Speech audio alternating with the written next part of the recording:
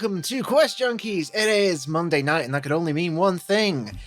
It's time for the Rhódania Chronicles. Say hi, guys! Hi, guys! Oh, it's so strange. There's only 4 of you. Heart is broken. But I know Pat is due to tune in to watch sometime. He can't be with us for the next few weeks. Moving on to amazing things in the real world. Can we have some love in the chat for our Earth Genasi Rune Knight fighter, Shield of the Wild Ones, protecting all of you in the chat? Ah, there he is! There he is. Are you ready There to he fight?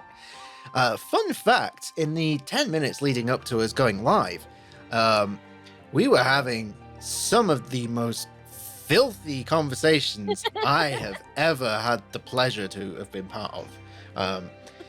Honestly, if we'd have streamed that, I'd probably be in prison now. So it was that good. But, you know, maybe it spawned a future fanfic. Who knows? There's only one way to find out, and that's to stick around. Oh, we are in for some fun tonight, let me tell you. So let me get my introductions out of the way. First things first. Do check out the link here to Sirenscape, a fantastic audio platform that enhances all your tabletop role-playing needs. Using this link will also support our friends QuestJunkiesUK, the channel that made QuestJunkies what it is, and also killed 3 of us in their very first TPK recently. Hashtag still hurts. But fantastic, wonderful people.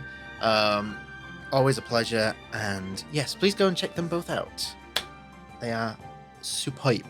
Speaking of superb, we have a superb character artist. Look at this! Look at the amazing character art on the screen right here. Look at it. Isn't it so wonderful?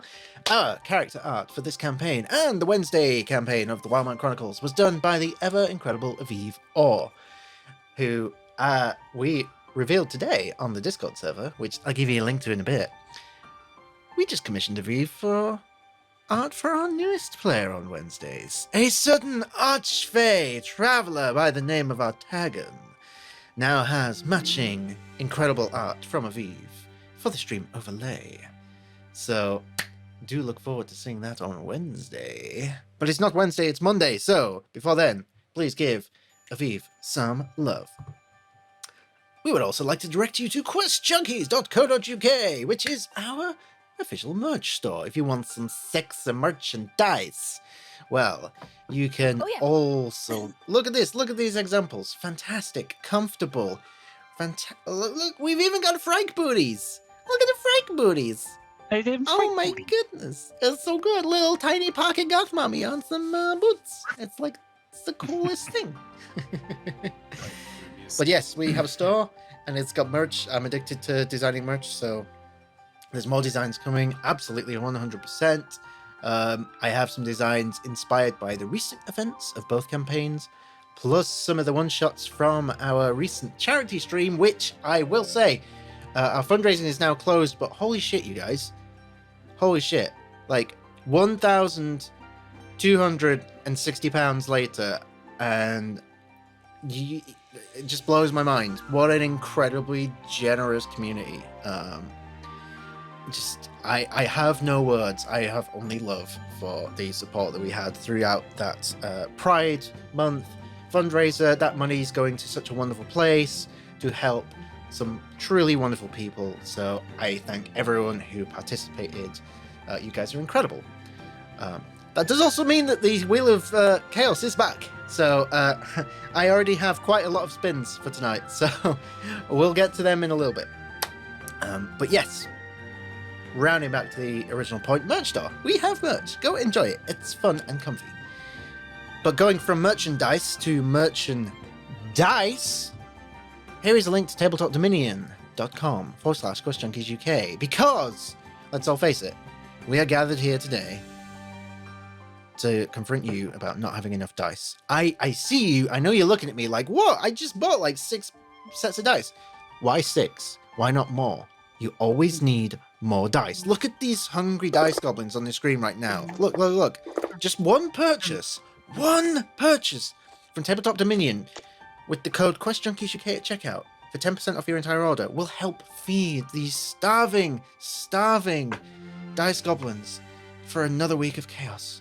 So please do what you can. Save these poor TTRPG souls from their cruel and malicious dungeon master. But yes, go see Tabletop Dominion. They make amazing dice. And maybe we'll be doing some giveaways of some special stuff. Maybe not dice with Tabletop Dominion at some point. We have talked about it. But all that in good time. As we continue on, here's a link to our Discord if you haven't joined us already. It's the place to see all the latest announcements and updates and all the memes and shit that we send to each other.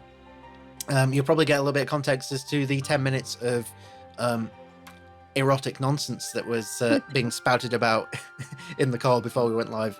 I'm sure there'll be some sort of context in the Discord at some point about all of that. I believe there is a quote already. Yeah. Tatties on titties. That is. I'm just gonna. That's all I'm giving you. Tatties on titties. Okay. On titties. Tatties on titties. Tatties on titties. But if you also join the Discord, you might be able to get a seat at the table for a future one-shot. There are always opportunities to join our little table of incredible TTRPG players and storytellers in general. So do join us. It is a lovely, lovely little place to be. I'm very proud of it. And last but certainly not least by any measure, if you can't stay for the whole stream tonight, fear not, because we have a YouTube channel where all the VODs are uploaded pretty quick after the sessions. You can go back and watch the whole of the campaign. Thank you for the follow, Forge of Law. Cheers. You can watch the whole of the campaign if you've not seen everything before now, or you can watch some of our other campaigns, our one-shots, all the chaos. It's all there for you to enjoy in a nice bingeable quantity. I believe that is all for that. So, my dear friends, if you would be so very kind, let's go around the table. Please introduce yourself. Tell us who you will be playing, and give us that ever-elusive, random, interesting fact about your character as the music comes to an end. Let's change the music up for a bit for this, actually. Let's go for the old favorite. Mai. Fucking knew it. Hi, I'm Mai, aka Mai the Pirate. Tonight I will be playing Rhódania, the Circle Stars Feelies Druid Artificer, Wild Brew Extraordinaire. And interesting fact about Rhódania is something that we were chatting about in the behind the scenes getting ready for stream talk. It's not the tatties on titties. I'm going to talk about. For those of you who may not have been here from the very beginning, or those of you who have, might have the eagle ears, eyes, whatever. Rhódania has not always had the "Hi, I'm Rhódania" voice. I think we established maybe around episode 10 or whatever. We haven't exactly established when. It's only around then that she had her little Rhódania voice.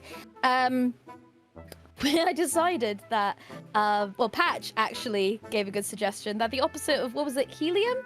Barium, I believe. Barium. So around her area in the cabin, I've decided that her time in the cabin and around in the woods for God knows how long, she had that kind of lower voice, and the more she found out about being part of the Feywild and away from that part of the forest, that's when her voice became a little bit more high pitched, or as I'd like to say, she unmasked a little bit more.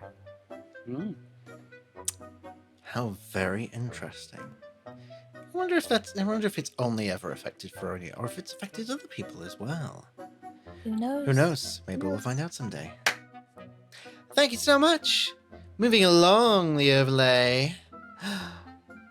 Grim. That's me. Hi, friends. I'm Mike, literally Grim in chat. I'm here to play your second favorite small boy, Wes, the Alchemist Artificer. I'll follow up the fun fact from last week to give some context for this week's fun fact.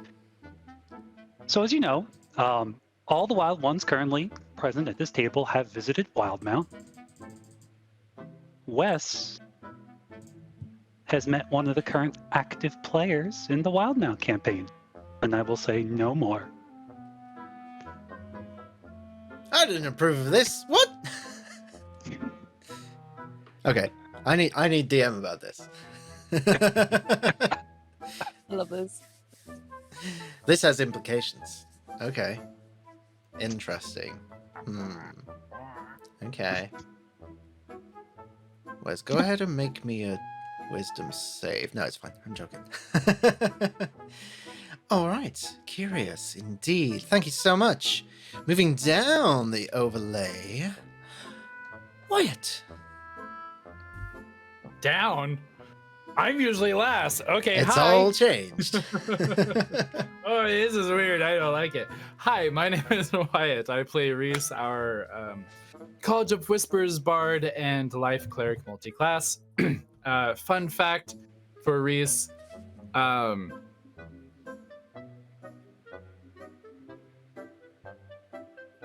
He's never prepared. Moving on. He's the opposite of a Cub Scout. Pretty much. Not what I heard. I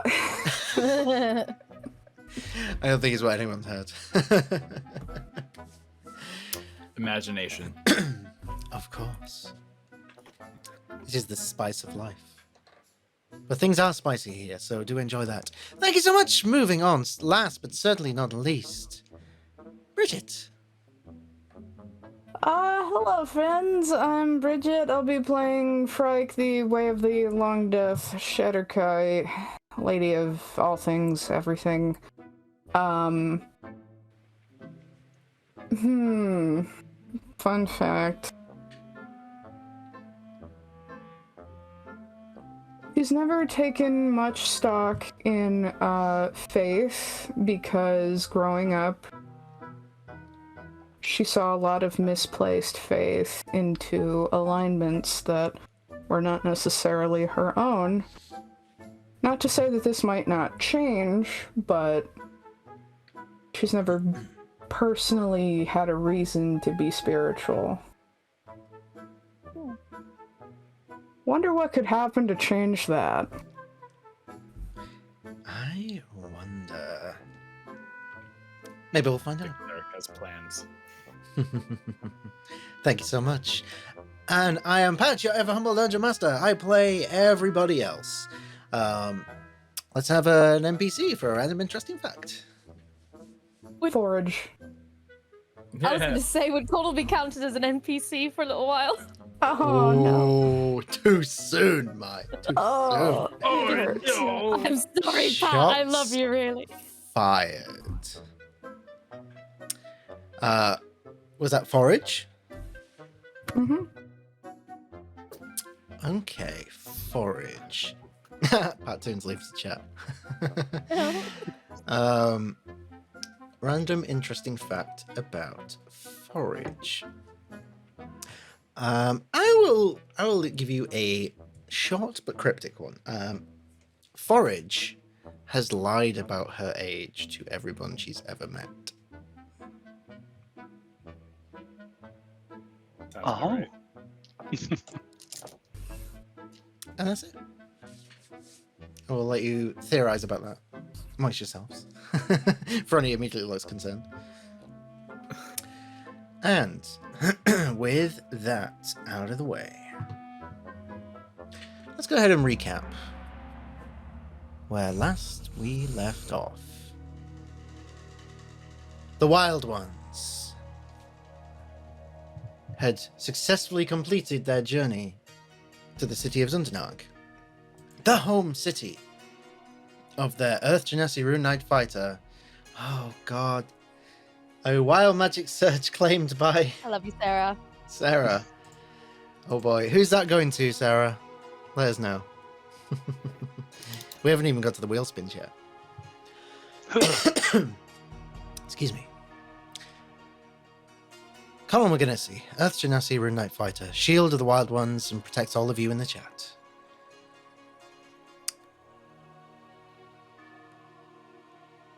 Colin was entering a tournament of heroes, set up by his hero, Thrasham foe.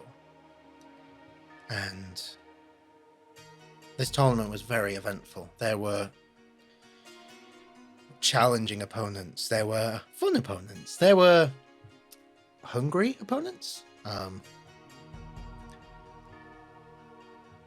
then, after getting all the way to the final, it wasn't Connell that was challenged. It was the Wyld Ones. The entire group was challenged by this half-orc fighter of some sort wielding a golden glaive, who one of the other fighters, Chiyoko, had made a strange remark about, saying that they're not who they say they are because that person died recently. Which is true. But the Wyld Ones are never one to back down for a challenge. And they did battle with this voracious foe. In the process, Connell seemingly tapped into this unknown strength beyond his limits. And eventually, the true identity of this foe was revealed. Someone from Frike's past. A Grand Inquisitor of the Shadowfell.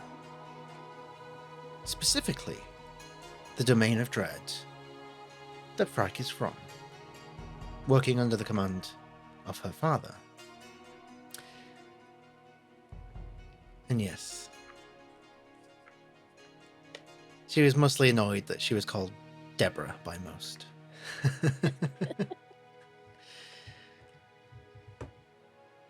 Eventually, the battle did come to a close as the Wyld Ones were victorious. And there were no casualties. There were some of the fighters that were grievously wounded, for sure, but their wounds, over time, will heal. Unfortunately, not all wounds heal so quickly, as over a couple of days following the event, one evening, Connell was visited outside his home by what he thought was his mentor, Atticus. But in actual fact was Frike's brother. The brother that she had forgotten all about. Who is seemingly both working under her father and looking to usurp her father, to stop whatever he has planned. And he proceeded to make an impossible request from Connell. To leave the Wyld Ones. Although temporarily, but still walk away from the one purpose he holds most important.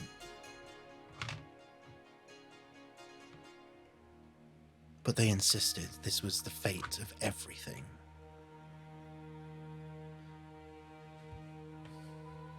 Reluctantly, he agreed. And before departing to God's know where, he left his shield on his own front doorstep for the group to find come sunrise.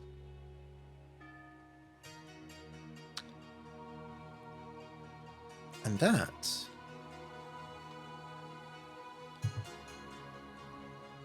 is where we rejoin the group as the sun rises on a new day. Reese and Frike are the first to wake.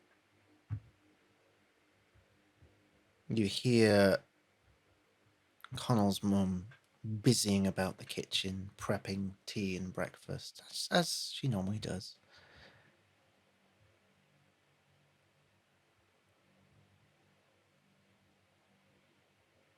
And through whatever means, you both step outside into the thoroughfare, the main streets in the city of Zundenarg. And Reese, you're the first to see it, but shortly afterwards, Frike, you lay eyes on it as well. Connell's shield. Just on the doorstep, propped up against the door.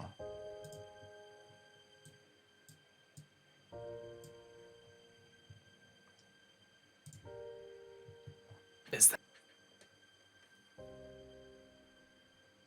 Oh, I'll go over to the shield. Or as we open the door, it clatters to the ground. I don't know what happens. It probably would, actually. Okay, as we open the door, it clatters to the ground. I'll stare at it. Is that Connell's shield? oh.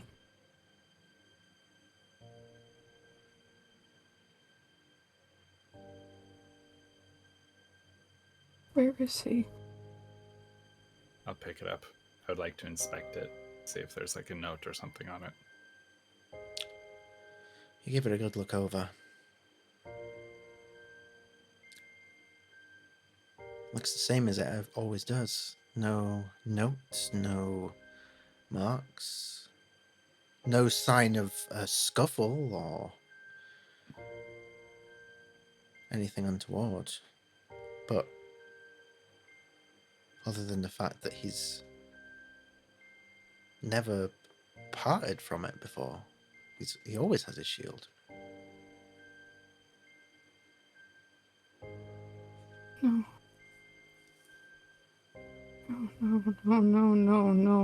No. Carrying the shield, I'm going to run out into the street. She'll follow.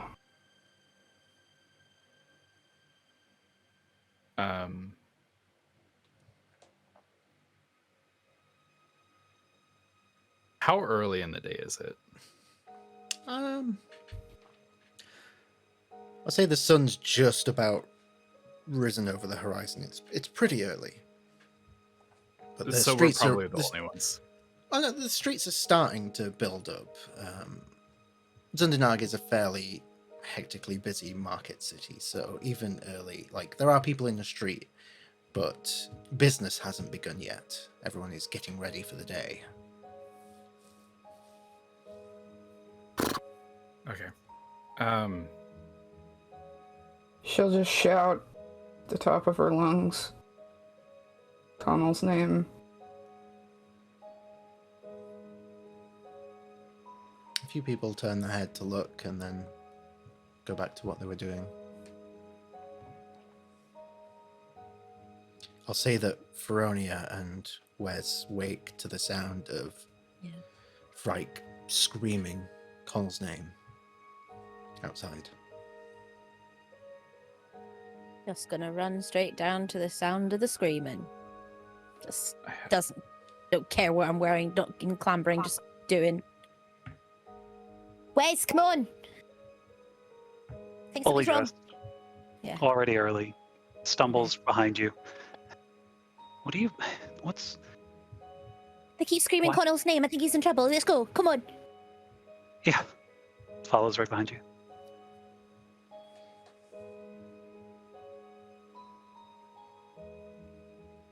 If she doesn't hear a response, she would scream again. I'm assuming as we get down there, we see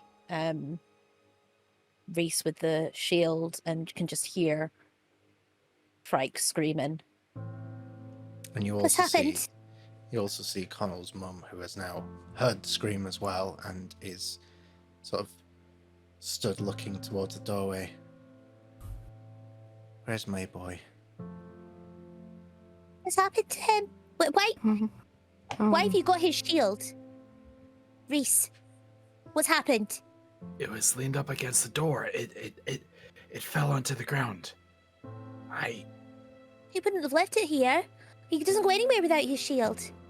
He's the shield of the Wyld Ones. Why would he leave it? No. Someone must have taken him. We have to. Could someone just do some sort of spell just to see, like, I don't know, see if there's been a scuffle or if anyone's taken him? We need to check. We can't just like. Let's do something. It happened again. Wes buckles. Again? It happened again. What do you mean again? She's just kind of like grabbing Wes by like his collar and just kind of like, Wes, what happened? What do you mean again? I don't know what happened to Connell, but it happened again. First my parents and now Connell. Without a trace. And he just buries his head in his palms and just starts to cry. Can't be without a trace. There's always a trace of something. Someone do something. Someone like cast a spell or something, please. Just we need to find him. He would have just left. What are we supposed to cast? He's gone. I don't know. Reese is going to look at Connell's mom and study her face during all this. Like to insight check her Make an insight check. and kind of glean what's going through her mind, or if she knows anything. Oh, it's not terrible, but it's not good. It's a 10. A 10. Okay. I mean, she is reacting to what's happening in front of her. She's not attempting to act a certain way or hide or shield, if you will, her intents.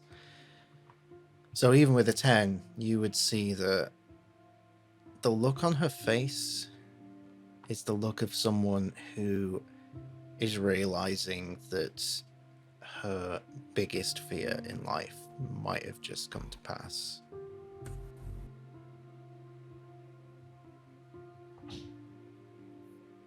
Reese will.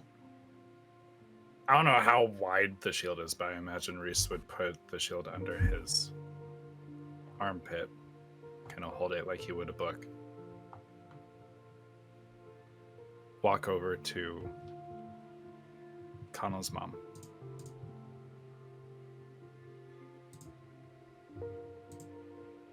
Place his paw on her shoulder.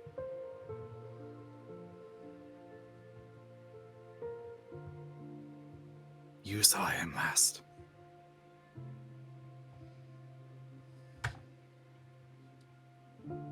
Where did he go?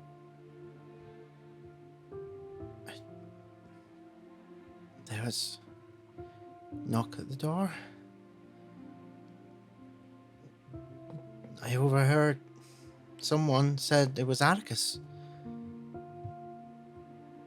I didn't think anything of it at the time. Did you see where he went? I went to bed. I wanted to be up early in the morning to sort out breakfast, so I went to bed.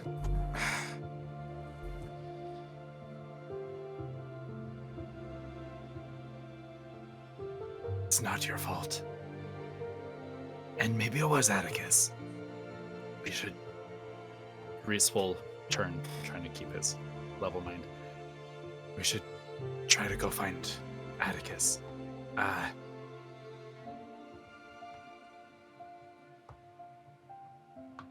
Maybe Thrasham knows something. Maybe Thrasham knows where to find him.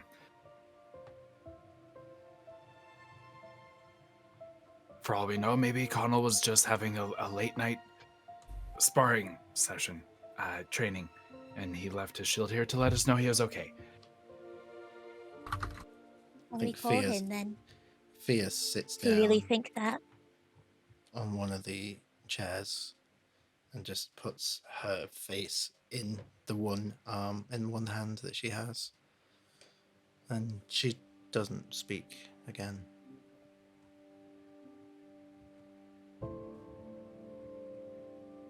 Wes will go over and hug her.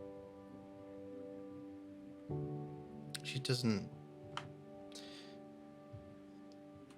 withdraw,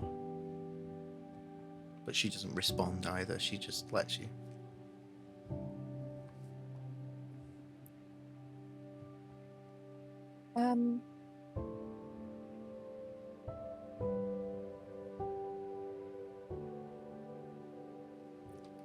I don't know if this will be any use. Can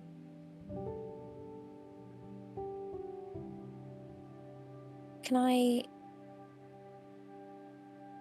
Was it around the door that the shield was, did you say? Just leaning up against the door. Okay. I'd like to put my paw on the ground. I'm assuming like on like the doorstep, and cast detect magic to see if there's been anything like, I don't know if there's something I could do with detect magic, if I can see if there's been any sort of like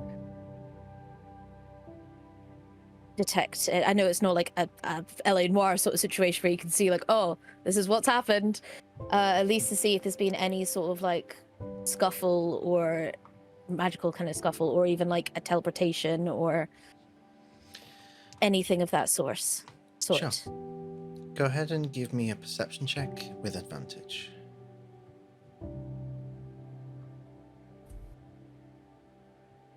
Oh, already a dice is gone. That's weird. Oh yeah, I put that one in dice jail. Okay. With advantage, you said. Okay, good thing Yes. that. So that'll be a 23 then. 23, very good. Wait, did you say perception or did you say insight? What perception was it? Perception. Oh yeah, 23 then. Okay. What does it look like when Rhódania uses detect magic? So, I like to think in this moment, because I think it's one of the first times she's actually used it, at least around everyone else. When her paw touches the ground, there's like a very like small vibration and kind of like a little wind that surrounds her paw, like from like the dirt that's on the ground. And just kind of like if there's any leaves or wherever or flowers, they just kind of, the petals will float up, or like if there's any flowers nearby, they'll bloom a little bit. And any leaves will kind of like, or any debris will just kind of like float a little bit around her paw. And as she closes her eyes and just kind of, and the mistletoe as well, the berries on the mistletoe will glow. Amazing. So with the 23, the range of detect magic is about 30 feet. Yeah. I'll say with the 23, you don't pick up any signs of a struggle. But as you poke your head out of the door as well, just to get a look around, you see the faintest trace of some sort of magic that was used hours ago. And you follow it for a few steps, and it leads around the corner and down the street, where you see the very last remnants of what looks like it might have been a teleportation spell of some kind, leading from that doorway to this location. Yeah. It doesn't look like there's been any kind of struggle from what you can tell, but you can't be sure because you are only detecting the magical influence within the surroundings.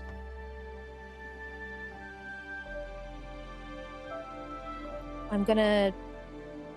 Is Fright in my vicinity at this point. Does she come If- back? If she saw Feronia leave, she would follow. Okay. Right. I can't be sure, but from what I can see here, and with the shield being left behind, I don't want to assume things, but it kind of adds up that he may have left willingly. He's But we know He's what Connell's gone. like.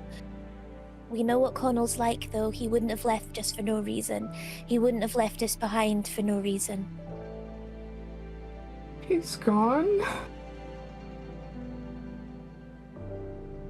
I'm just gonna grab onto her, like just jump up to her neck and just be like, If he... I'm sorry, Frike. I think he is. But, like I said, I don't think he would leave for bad things. This is Connell we're talking about. If anything, he's probably left to help someone.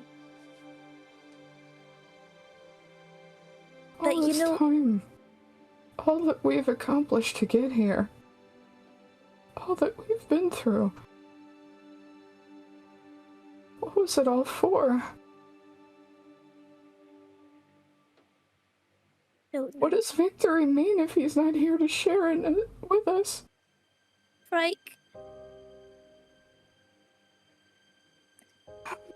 No.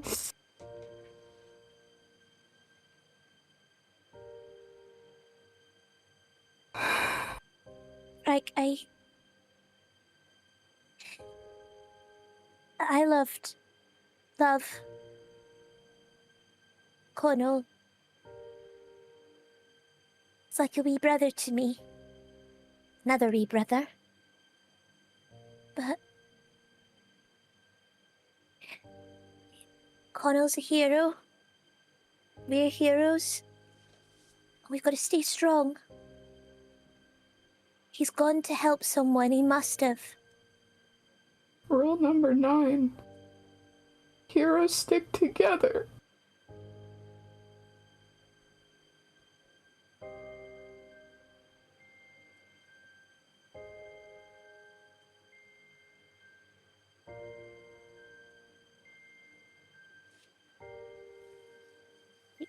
She will lean against the wall, the nearest wall, with Feronia on her shoulder, and she'll sink to the floor of the alley.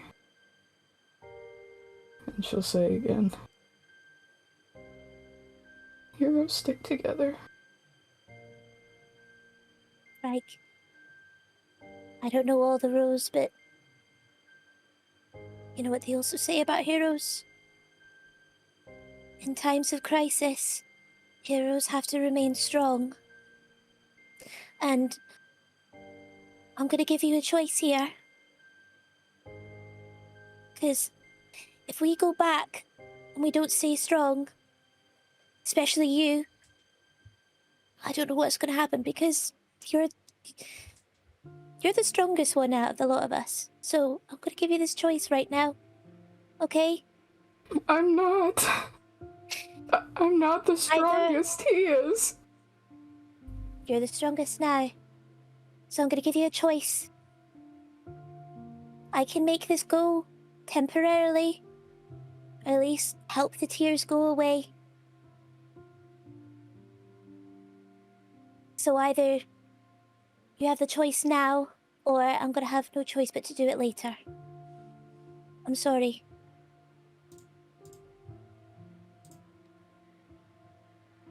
She'll angrily wipe at her face.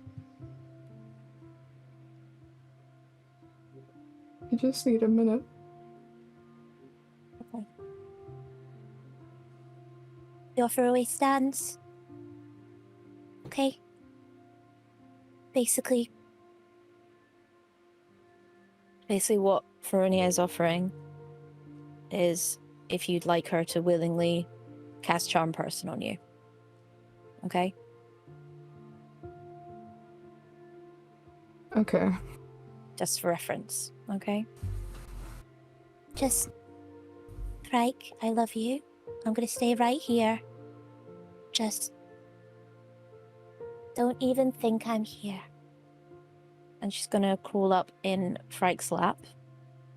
And like cats do, IRL, purr, because at that frequency, it's said to be the frequency that heals bones. So hopefully this will heal her heart a little bit.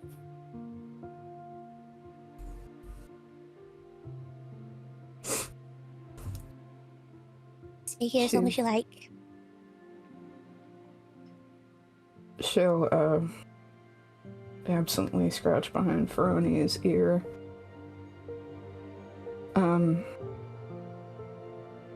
And there's that moment, the 1,000-yard stare, before she looks up and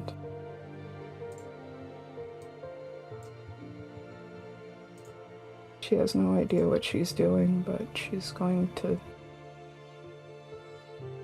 clasp her hands together and pray to whoever's listening.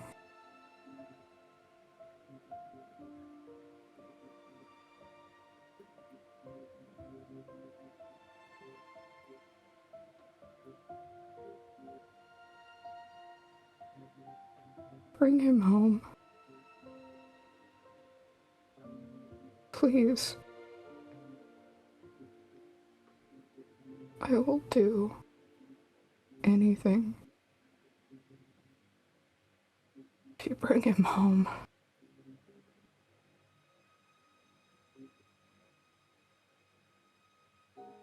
She'll, bow her head.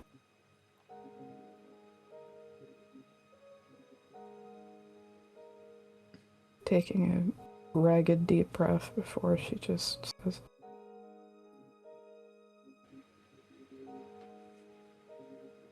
"Okay. I'm ready." You ready to go back, or Yes. okay? She's just gonna get off her lap and reach out her paw. She'll Whenever take... you're ready. Come on. You'd feel her squeeze your paw. Frike. Just holding it like that. Make me a fate roll. Oh, okay. Or is it a faith roll? Depends on the result. Come on. 18. 18. Thank you.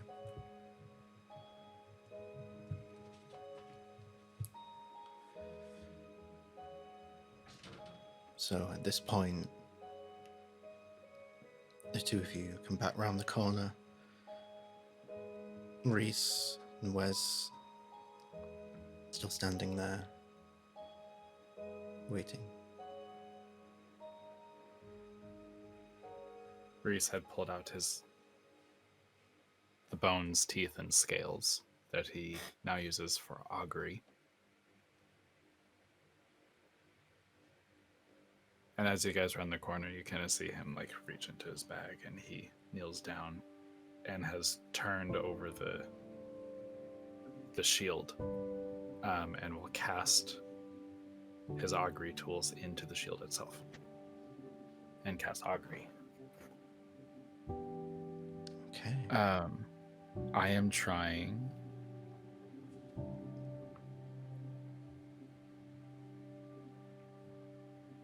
to discern if Kana will be okay. And that's it.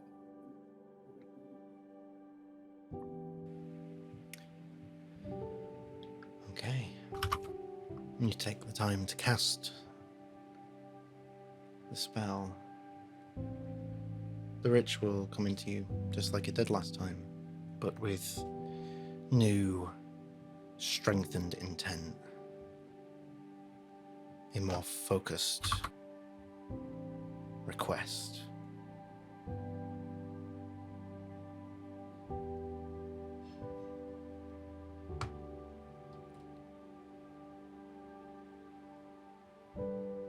As the response comes to you, you understand it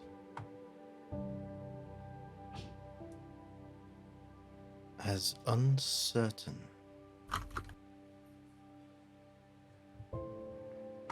as it reflects your previous augury and shares both woe and weal.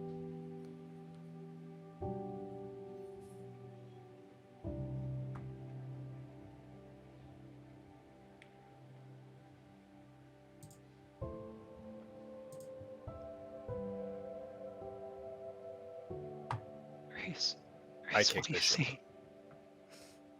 And kick the shield. I kick the shield with my augury tools still in it. Reese, what happened? What did you see? Nothing. I saw nothing. They told me nothing.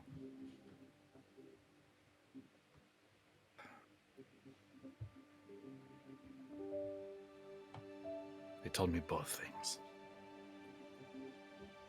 I don't know what it means.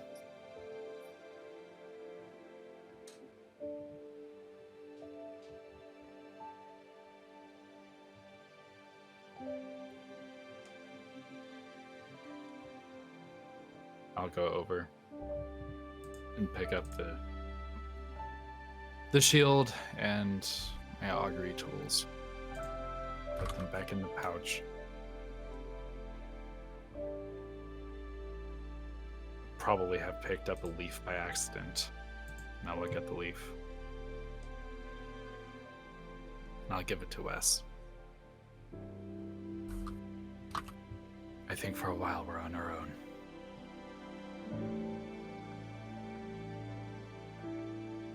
I'd like to let them know what I discovered with. I won't mention about the interaction with Freykenai,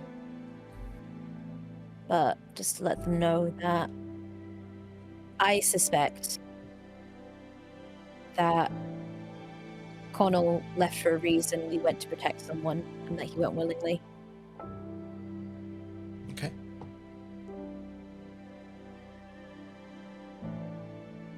Here, who's he got left to protect?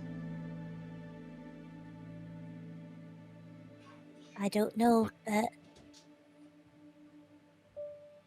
he left behind the shield, so knowing Connell, he's probably left it just to make sure that there is a shield at the Wyld Ones. You know what he's like. Too much fucking heart, that boy. We have to Look carry around, it you in guys. his place. I can't carry it, it's too big.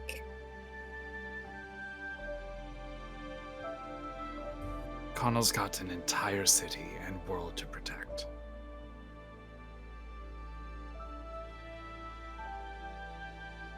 It's selfish of us to think that he would protect only us. That's our Connell. Share it. I can't we use see, it. Until we see him again, we find a way to share it between all of us. Well, then, We carry it until he's ready to carry it himself again. okay. All I'm saying is, the only way that Wes and I are going to be able to use it is if we hold it up together. Or we, after all, have to, turtle it. The only people that can probably use it is you and Big Cat. I can use it. The moon knows I need to, wear something heftier than these rags. I would probably say so as well. Sorry, that was rude, but yeah. You're fucking squishy, mate. Yeah. Question. I'll don the shield for now. Can she look around the area to see if there are any posters up for the tournament still? I'll say it's very, very likely, so you don't need to roll for it. Yeah, you can easily find one. She'll look up at the poster.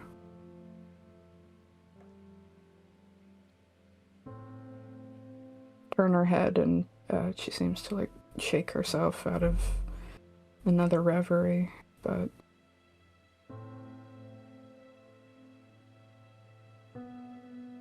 so what do we do?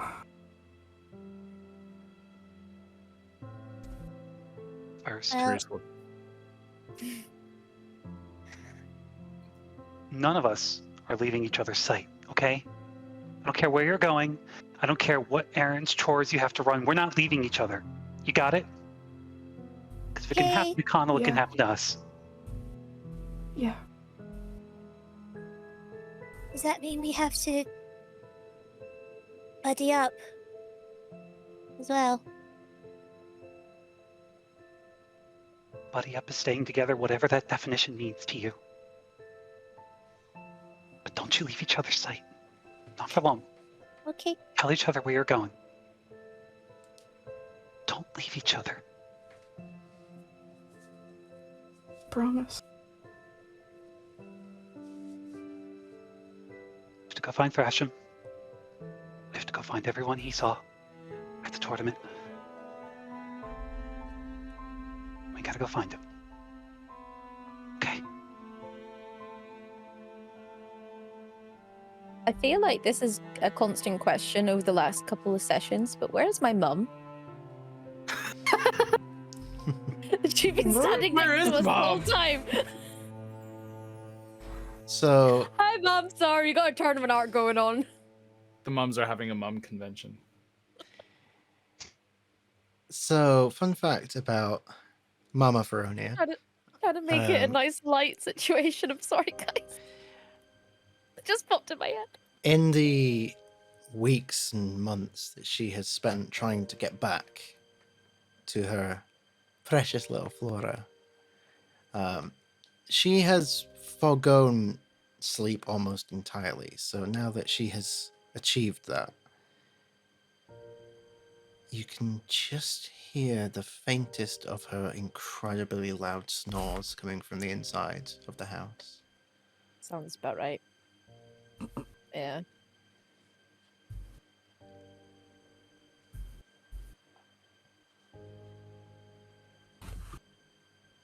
Well, I'll turn to Connell's mom. He's your son, but can we use his shield? Or would you like it back?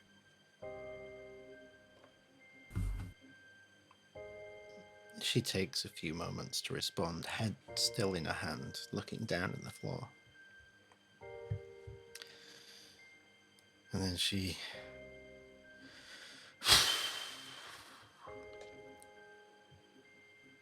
big breath out, stands up.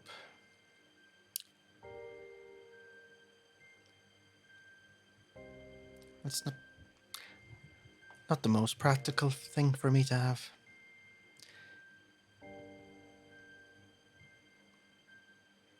You keep it and you bring him back. In the meantime, I'll do what I can, which is not a lot, but I did say I was going to make breakfast. So I'll do that. Before you do, I don't use this, and it might provide comfort. Even if it's just talking. And I'll give Connell's mom my sending stone, because not I was once have gonna I used do- it. I was gonna do that. Okay. Wes is too busy hugging her. So I'll give Fine, her we'll my share. sending stone. Chaos Kitty crew can share their phone plan. Thank you. I'm glad he found you. I'd be, not that I am not terrified, but I'd be worse if he didn't have you. I saw the way you all worked together the other day in that tournament.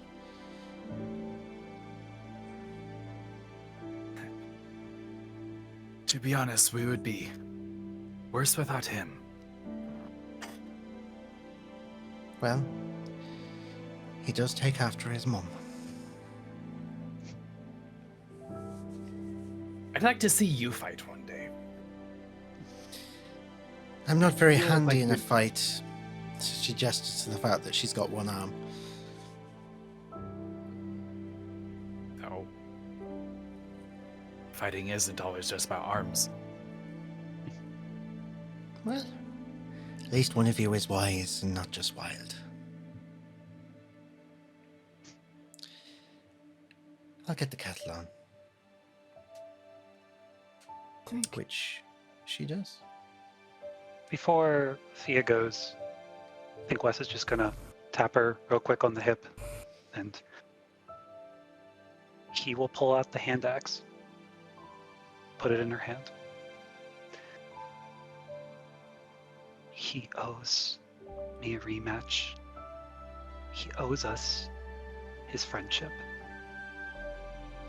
And while I can't promise any of that right now,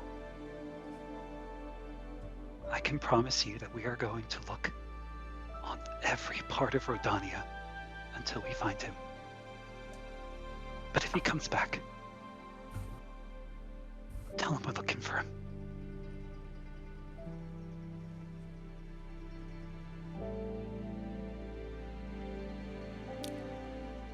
I'll let him tell you himself when he does come back. Not if. When, Wes? He hugs her one more time and rejoins the group. Okay. At this point,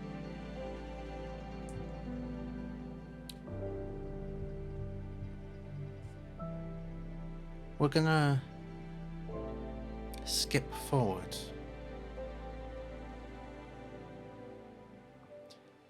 over the coming days and weeks.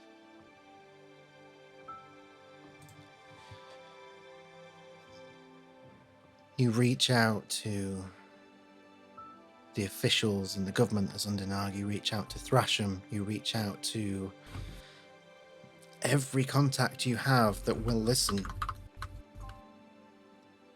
And the search for Connell begins. And over these coming days and weeks, there is no trace of Connell McGinnisey. Oh,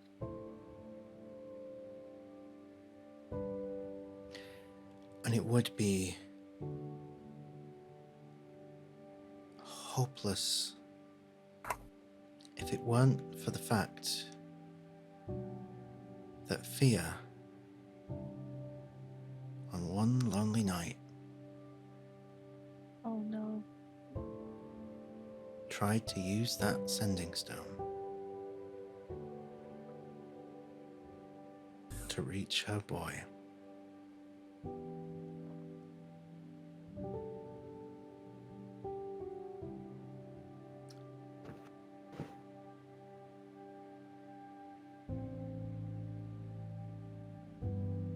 Go on, Patch. Leave a voicemail. Please. Make it a thing. I will leave it for yours and the audience's interpretation. But I'll say that, Frike, you are woken in the middle of the night by fear. Tears streaming down her face, holding the stone in her hand.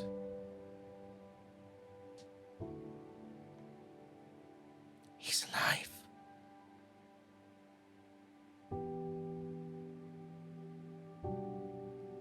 Alive.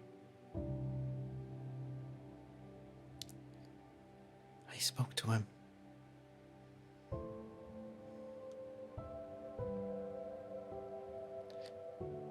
He said he's sorry.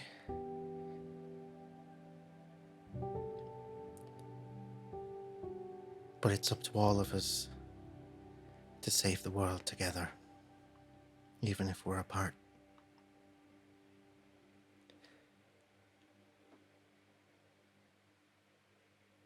And he said to hold on to the shield, because he's going to come back and wrestle it off of you.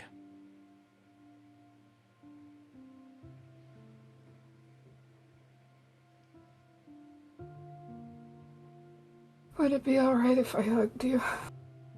She's already hugging you. Oh, my heart.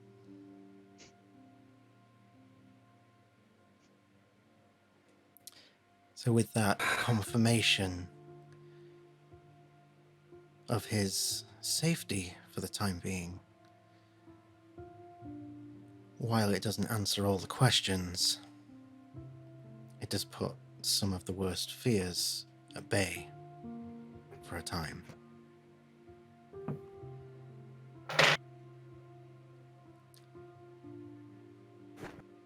In the meantime,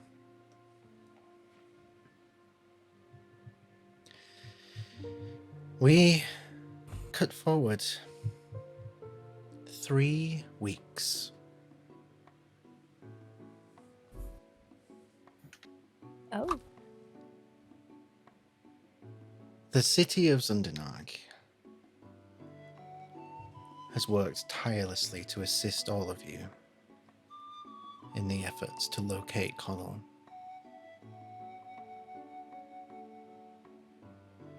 But they have also been very sure to recognize that the Wyld Ones saved many lives at the Tournament of Heroes and prevented whatever great catastrophe was about to do untold evil to the city.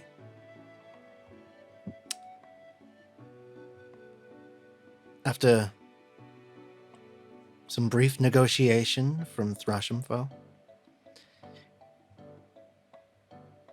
the High Council of Zundanag decided to honor the city's new heroes and awarded the Wyld Ones with something that they didn't have until now. A home. Up in the highest part of the city. A large, almost stately-like home. Plenty of room for all of you, plus some guests. A little base of operations, if you will. I'm sure it came with a pre-existing title of some upper-class ponciness, but I'm sure the Wyld Ones will give it their own spin.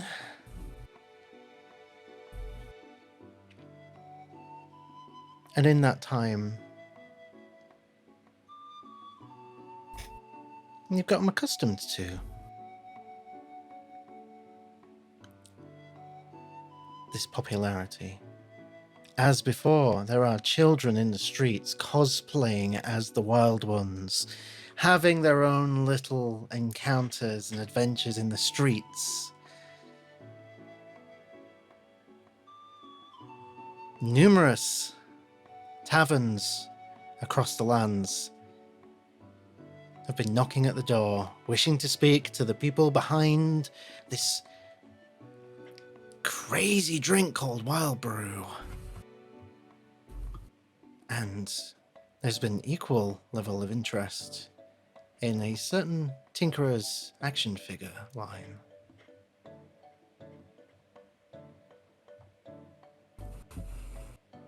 It's been a long time since Rhódania's had a group of heroes like this, of well-renowned.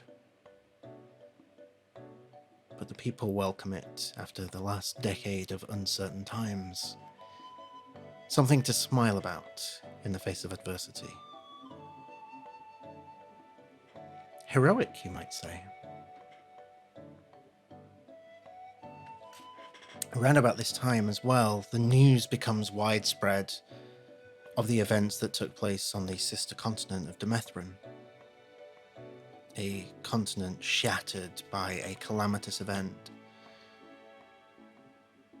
And then a group of heroes much like yourselves, some making the ultimate sacrifice, inspiring, and an act that united both continents. And as we flash forward these 3 weeks, you hear stories of people from Demethrin arriving in Rhódania and getting to learn about these people who you would have never believed you would ever meet, and all of a sudden they're walking around town and almost like celebrities, and they're just normal people with eerily similar lives to the normal people in Rhódania. A perfect realization that no matter how far apart people may be, everyone's the same to some extent. And they speak of their experiences, cultures are swapped and learned about, new alliances are formed.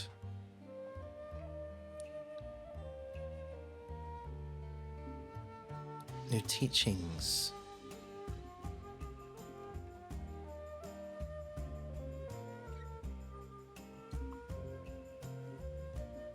Around about this time, you do also learn that Kamora, the real Kamora, not the imposter that you were fighting, was one of these heroes. One of the ones that made the ultimate sacrifice.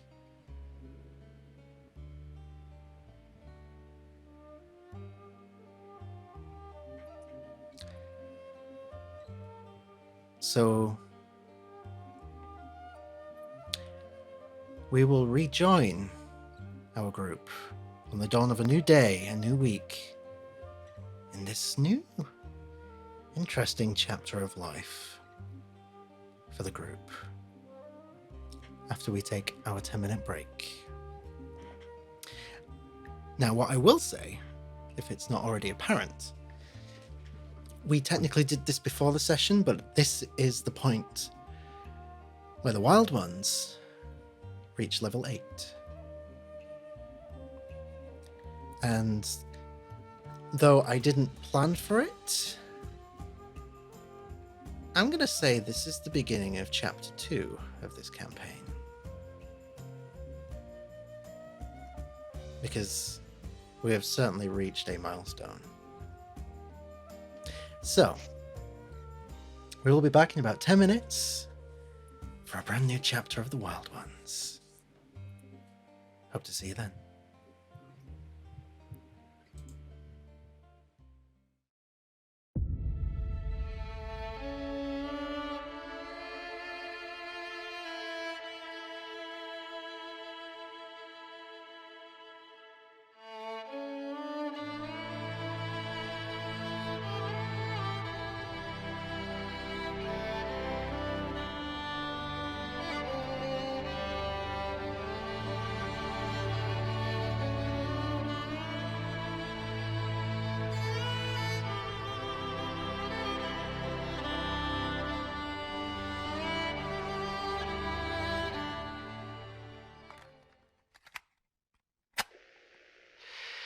This is day 474.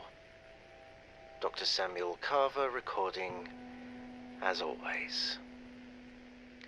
As of this day, we are officially on our own. Communication has been reduced to local transmissions within a mile of base camp. Word has not yet reached our ears of any potential rescue, even less word of a cure. Hope continues to dwindle. It's strange to think back to the days before, watching America consume itself on the news and thinking, it'll never reach here. How wrong we were. Our supplies will probably last us another week at best. But with the long nights of winter on the horizon, the danger escalates further. If you were to ask me my honest opinion, we have 72 hours at best. So, if you're hearing this message, then rescue has arrived all too late for us. But, to the few who remain, against all odds, I wish you luck. And remember, when you're lost in the darkness, look for the light.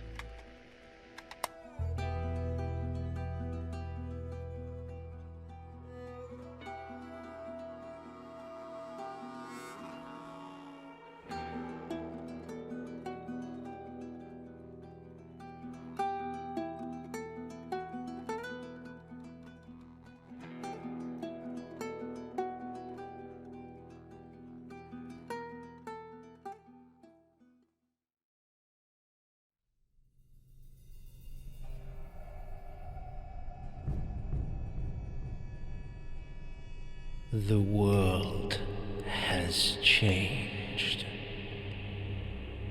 The coming of calamity and those who rose up against it.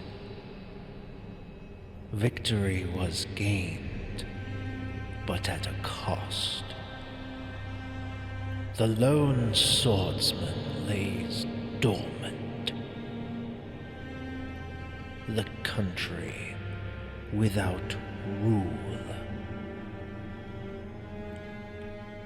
A people fractured under the anxiety of what is yet to come.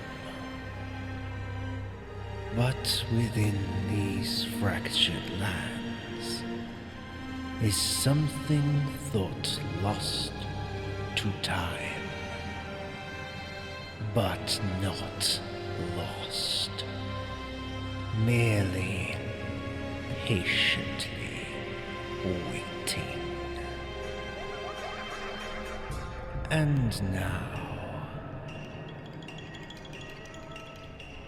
with no champions left standing,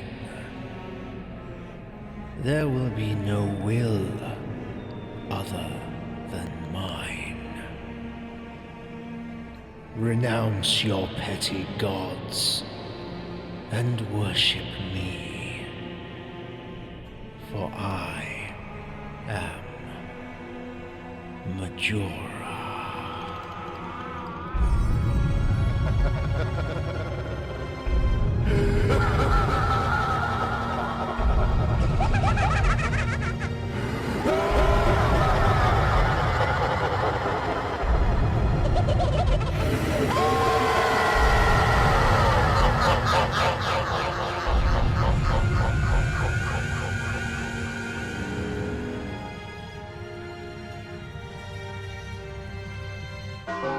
You've met with a terrible fate, haven't you?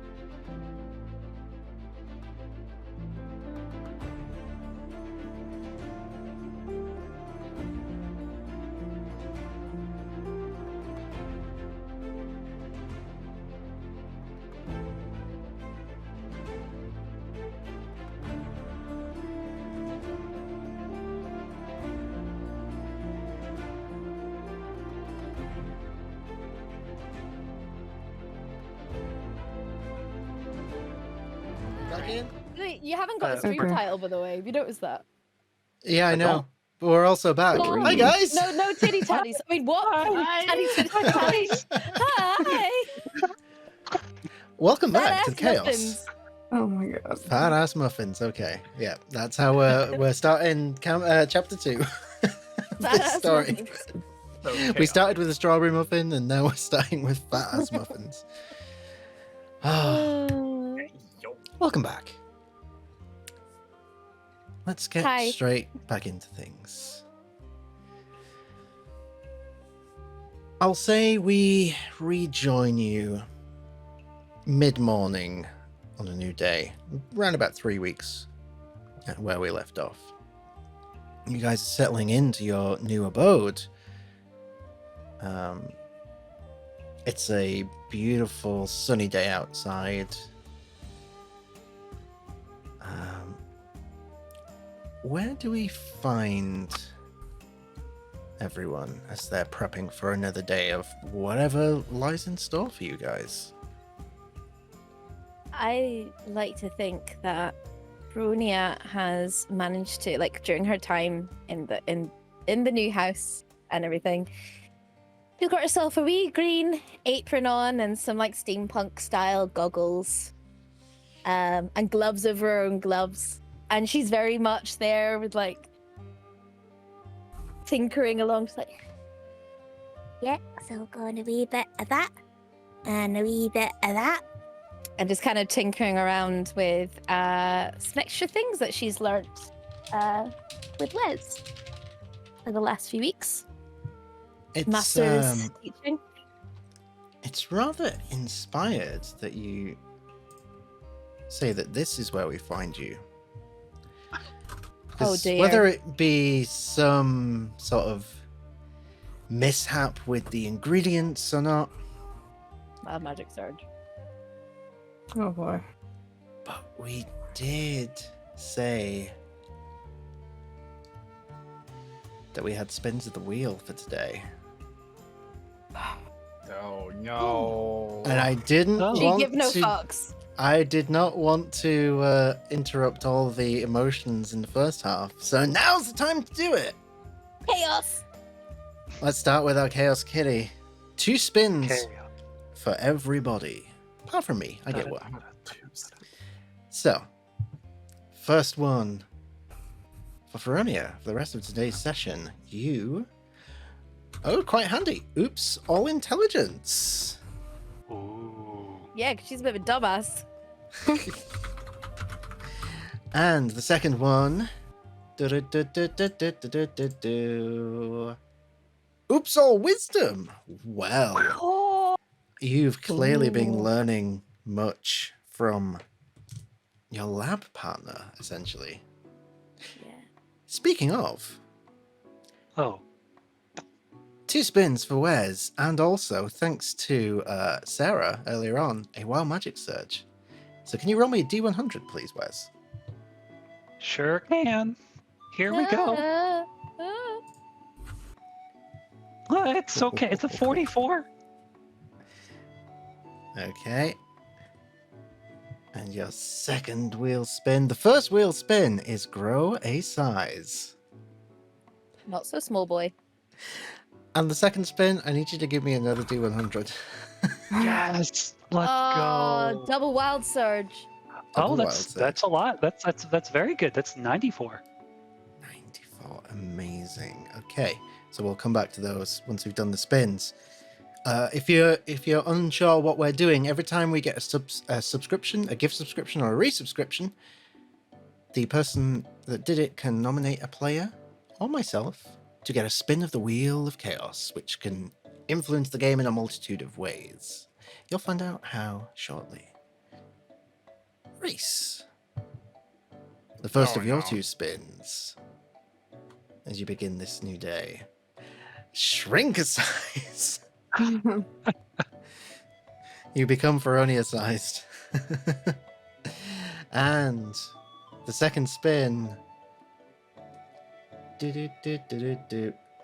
You gain the wordsmith ability. You have comprehend languages and speak with animals for the rest of the session.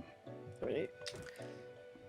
Also known on Phoenix Iwaki, our dear friend's channel, as the Disney Princess. And Frike, you begin your day with... Oops, all wisdom as well. You're very wise. And also... Also, oops, all intelligence. These ladies are smart. Smart. And the first NPC you come across gets my spin of the wheel, which is going to be... Oh, that's a bit crap. A long rest. I'm going to redo that one. I want something fun. Let's have a look. Oops, all constitution. Okay, that's interesting. Let's go for that. So the next person you meet will be very healthy. Hey, yo. So... Will they have some wild brew? Well, Rhódania, as you are testing this new drink, the wild magic seems to enhance your mind, your wisdom, your knowledge. like that meme. And then you look over to Wes, who grows a size, and some wild magic seems to be lingering around him as I look up what those two wild magic surges do. What the fuck? Yeah, so the key. Oh, not in the Oh, sorry, middle of did the lesson. Did we put too much in? No, that's fine, but put that recipe in the back of your mind. Maybe write it down. Useful or Back in my cute one. mind. She kind of puts it in like the hood of her cloak. There you go. Just tuck it in. Hold on, I got you. Cool, thank you. Mhm, Thanks. Yeah. I'm assuming you mean literally, but yeah. Thanks again for helping me with all of this drippy droppy tincturing stuff. It's just, I want to try and improve my wild brew a wee bit, and I want to try and like go into so many other avenues and start up some shit. So, what's the next evolution in the wild brew? Maybe a fragrance range. I was thinking of maybe doing some like eau de brew. And maybe like a room one, so whenever you walk into a room, it'll smell like either your favorite smell, but then, it might have some good benefits. I don't know. What do you think? I know definitely Arrow? more flavors of like the kid-friendly stuff than non-alcoholic, and maybe shots, or I don't know. Branch out. No, good idea. Good What idea. about? Oh my god, I just had a really good idea. Brew bombs, like for the bath. I mean, I know not many people have baths, but like we could put them in the bath, and then they go in, and then shit might happen. Imagine, if you will, coming back from a hard day, laboring over whatever it is, and you walk into your bath already illuminated and aromatic with the fresh smells of wild brew. And the moment you drop that brew bomb, you just take yourself to another level. Maybe the Feywild or another plane. Feywild's Maybe. great. Although, we should be marketing this with like those bear claw tubs. We gotta show it's fancy. Make it a Oh my God, high-end yeah. product. And then we've also got to try and like fill in with some people who maybe don't take baths or like baths, or just maybe we can market it towards like Reese's people. Maybe like make some candles or incense, that sort of thing. Although, if we're going to market it to Reese, we should give him the full effect, because I don't feel like Reese will really enjoy Wild Brew unless it's the full Wild Brew effect. So we'll get him the aromatics, the brew bomb, and then we'll get the candles, and it'll just be this nice little, it'll be good with his auguries and stuff. Yeah, the thing I think is with Reese, so we're gonna have to get him like, because he's a bit boring sometimes. He doesn't like the Wild Brew, so maybe we should get him like a mild version, kind of like a primary school version. You know, like how Wild Brew is kind of like master's degree sort of thing. Mild brew is a little bit like on the other end, like nursery. Which I Around know is about below this primary time. school. I know I said that. Around about this time, the wild magic finally settles around Wes. One of the surges doesn't seem to do anything at the moment. The other one is a little bit interesting. For the next 8 hours, you know the mending cantrip, and when you cast it, it leaves harmless veins of pyrite in the fixed cracks of its target. Do with that information what you will. Write some shit. Yeah. But yeah,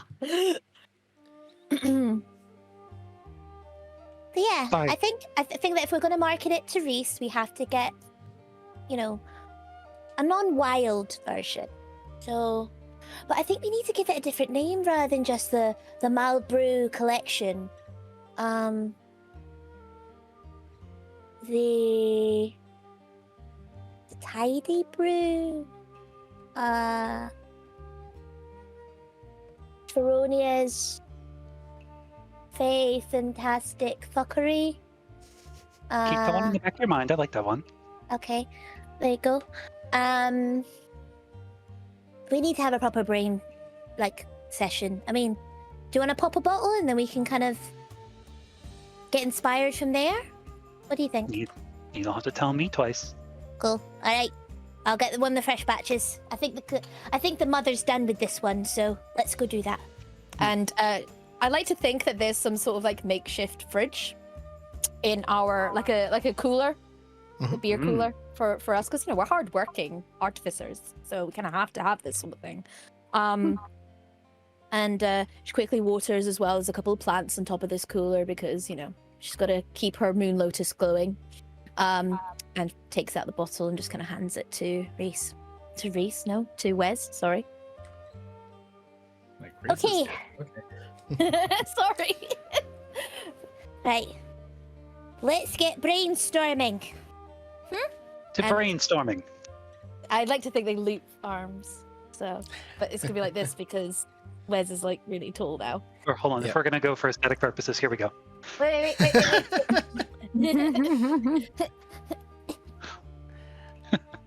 And while this chaos is going on, Reese. Reese walks in. He's like, wait, hold on.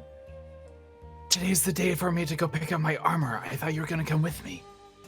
We gotta go. Hey. You can't help but notice that at the moment, Reese looks like he might not fit the armor that he's ordered, as he's shrunk down to Fronia size. Oh shit, that's right. Reese, did you finally take a bath? Because you shrunk a wee bit.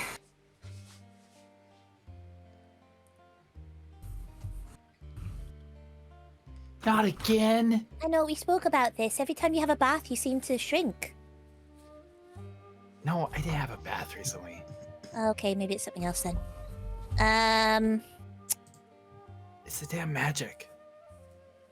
Sorry, we were tinkering around in here, so, might it be that? I don't know. Oh, it was you. I don't know. Wes, quickly, check the back of my mind. As we're checking the back of your mind, I'm the big cat now. We're the same height. No, you're Actually, not. taller You're the than same you height as me now. Wow, you're small and you're fucking blind. Is your depth tall perception is really Wes? bad or something? See, you really could go for some brew, Reese. Honestly, just your mind's not clear. You need to meditate. Feronia's been worried about you over the past couple of weeks, so maybe you should try some of her concoctions. Well, I mean, we definitely need to go do our kitty yoga at some point. We haven't done any in the last 2 days. We should. It's another thing we Do can the do, yoga. Wes. I was saying, with the incense and the candles. We could do that, and then also sell kitty yoga classes. Oh, there you go. How the full fucking spa- good is that? Full spa treatment. We open a spa out there, hot springs. You get the yoga classes going on. You No get the sirens whole allowed. No sirens allowed. What's wrong with sirens again? fucking arseholes. And the Stokely is shit. Got it. No sirens Don't allowed. men- Remember don't- that, don't Reese. mention it No to me, sirens so- allowed. Don't. Oh no, I know that. You put that in the back of your mind, and don't ever date one.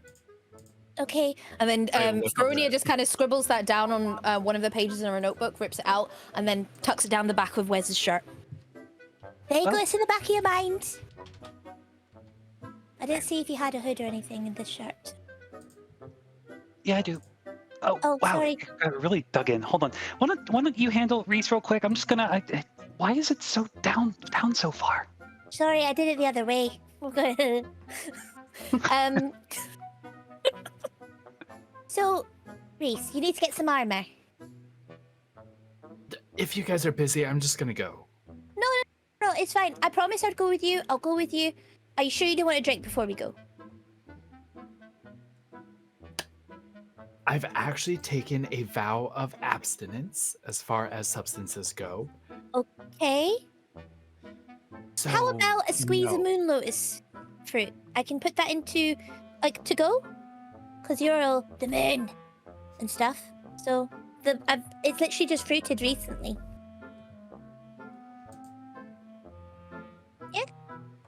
Yeah, I'll take some. Cool. All right.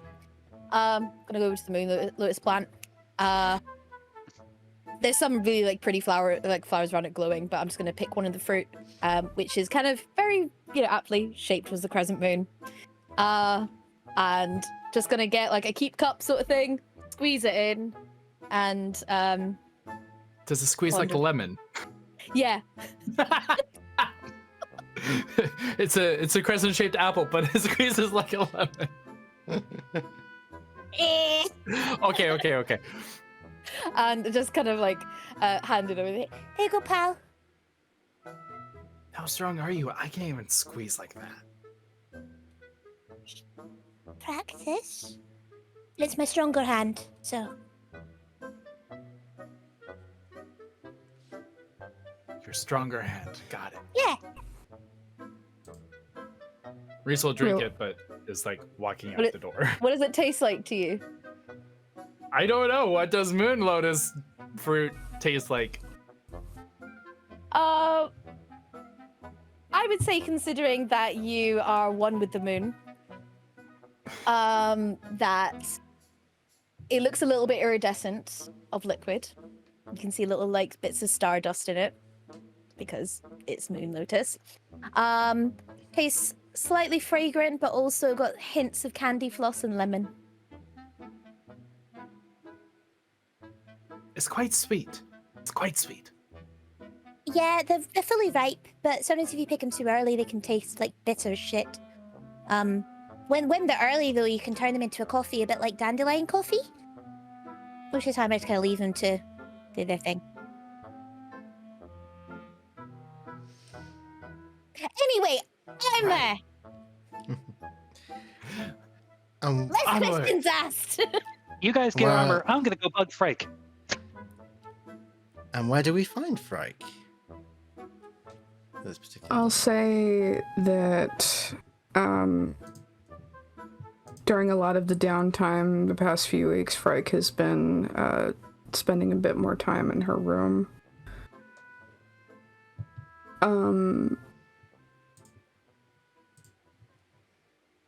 Hiding something that she's kind of afraid to let everyone else see, but before she comes out, she'll try praying one more time. Not with words, just with intention.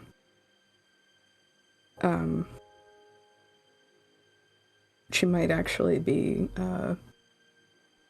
on the ground doing this. Okay. Go ahead and make me another fate roll. Alright.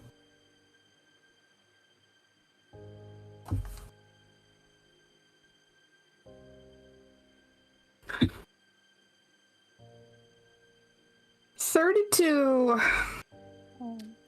32.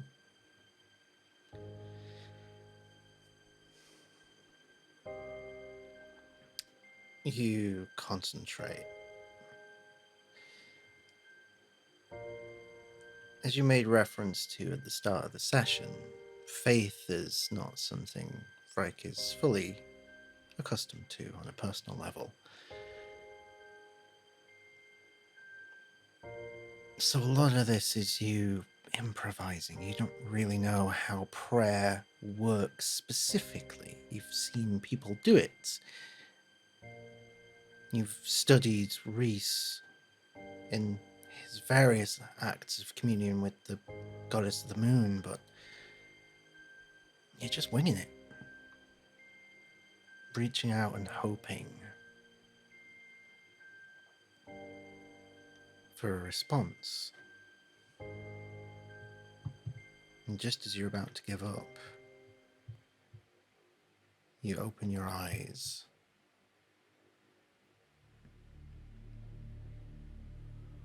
And you're suddenly not in your room anymore.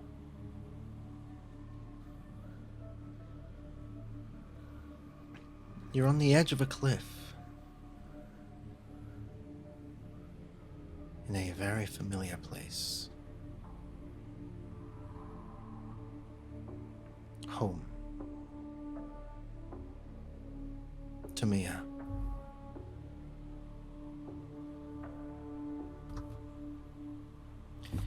You look out at the endless expanse ahead of you over this cliff of shadow and barren wasteland. The wind blows through your hair.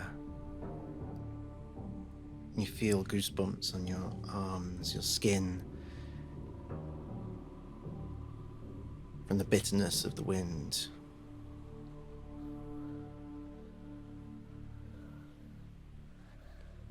And you feel a presence approaching.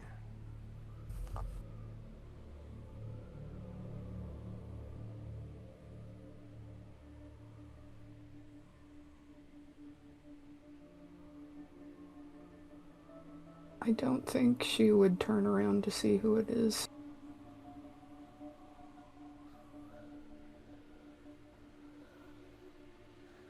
It gets closer. And you don't hear footsteps. You just feel this presence. Getting closer. And as it does, the anxiety in the back of your mind, expecting this could only be one person.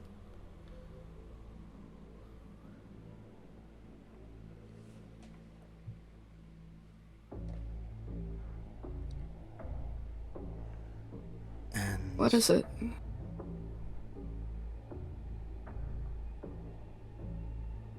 there's no response.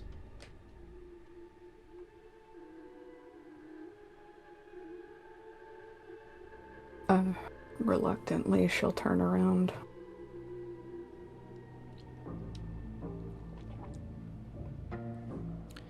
You turn around, and what is Frike expecting to see in this moment?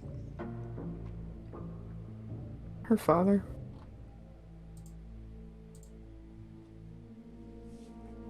You turn around.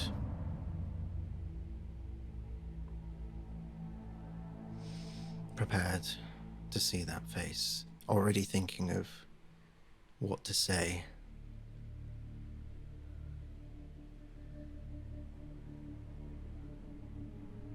And you don't see your father.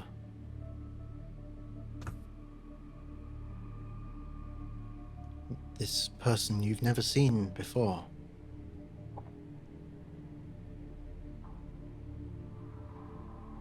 But you know who it is.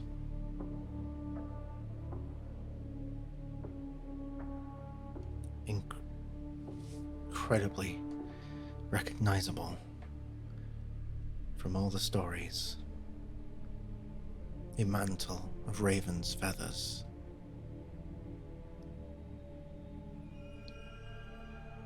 A plain white mask adorning the face.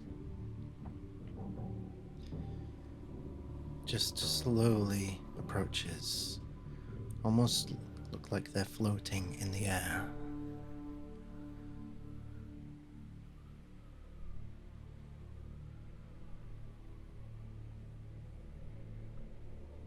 What do you want? The figure stops. The mantle of raven's feathers seems to shrink and form into what can only be described as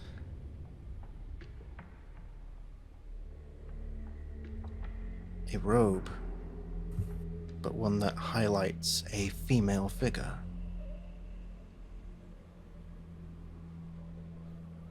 Revealing humanoid feet that are bare, that now land on the ground as she continues to step forward.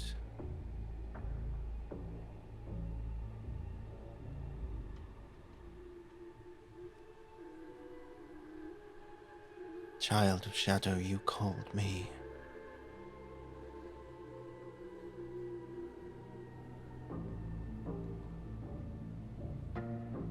She'll nod.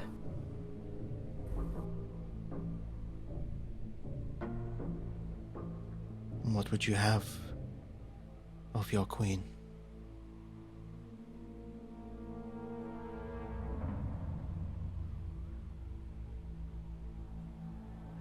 The strength to fight enemies that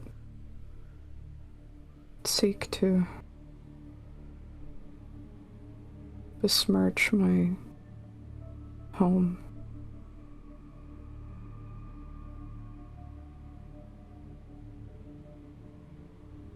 To make all of this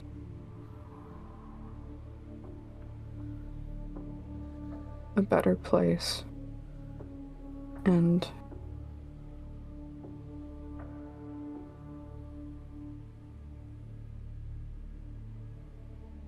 give me a reason to keep going.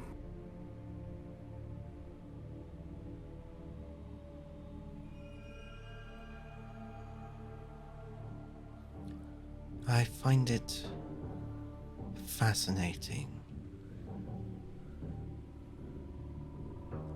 how family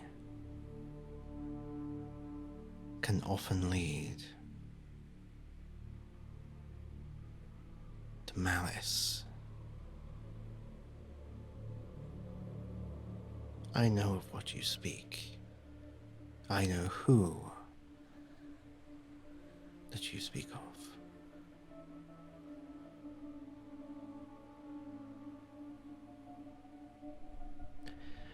My question to you is why?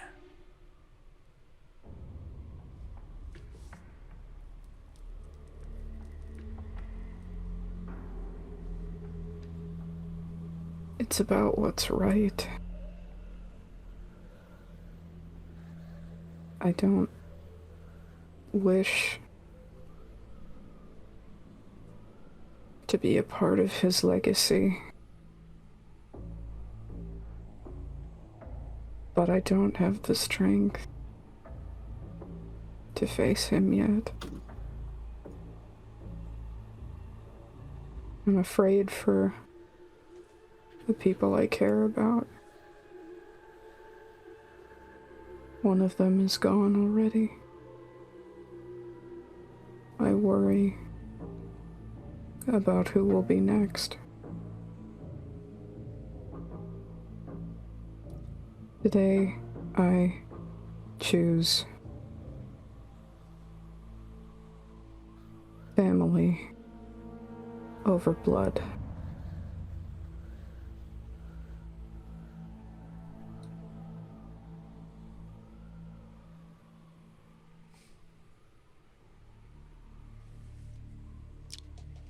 She gets in closer.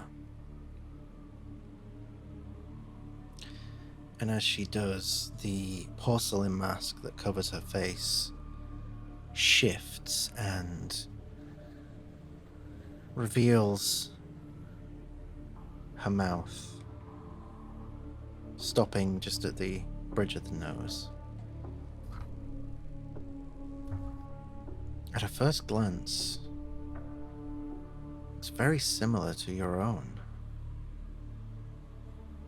The same skin tone, the similar bone structure. It's like looking into a strange mirror. Do you feel that it is the destiny of every daughter to forsake what created them?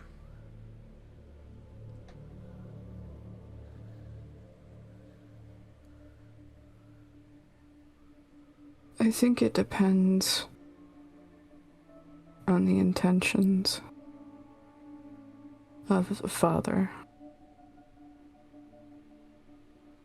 And whether they were pure or if a daughter was created for the sake of procreation, for continuing a line.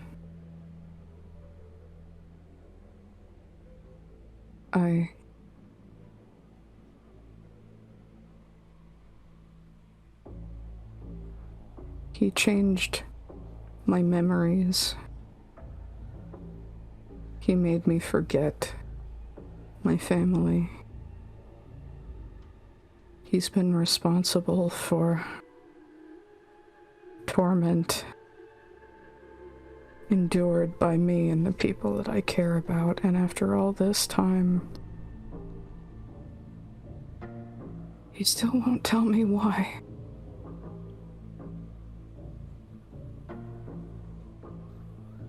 I may not know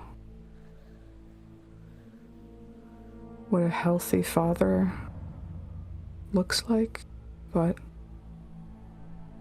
it's not him. It's not Katara.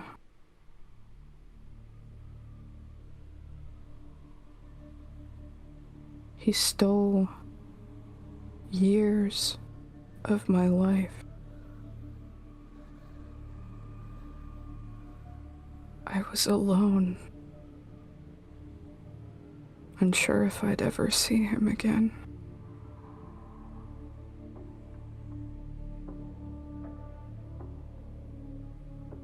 I've been in the dark for so long.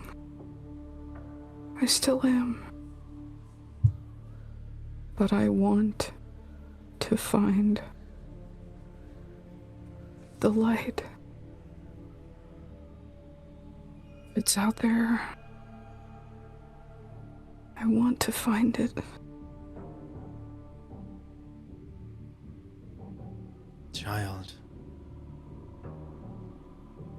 you are, by definition, a daughter of the shadow. You are of the shadow fell. You are of Tomea. Why do you seek the light?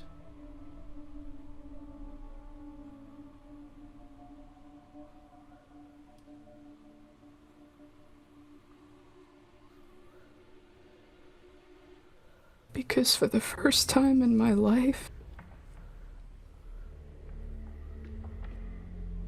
I know what it means to be loved unconditionally, without pretense,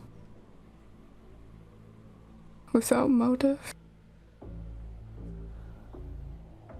without expectation, and I cannot pass up that chance. I may not know my purpose in this world, but if there is any cause worthy fighting for.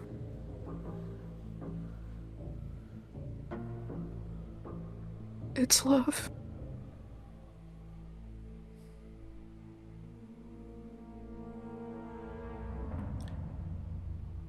You see the expression on this face change for the first time as the faintest trace of a smile creeps over one corner of the lips.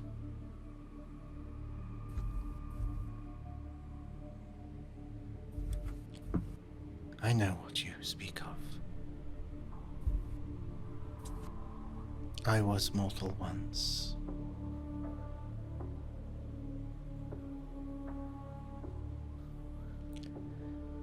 And I made difficult choices for reasons beyond my own understanding at the time. I see you walking a similar path. I wish to ask you, despite everything you have witnessed, the wrath you have seen wrought, do you think he, your father, can be saved for what fate has in store for him?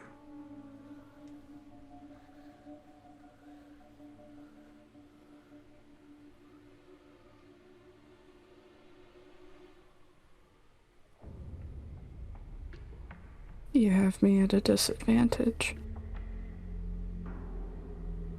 Because I don't know the circumstances he faces. But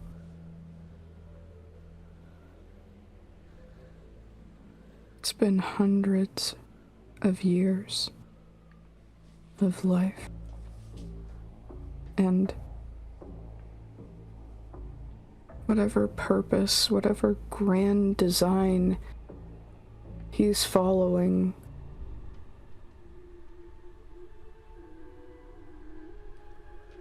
seems to be consuming him.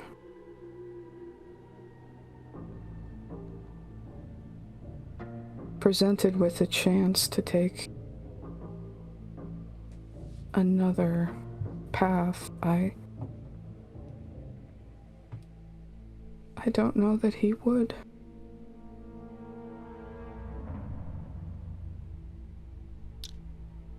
Perhaps he is not meant to.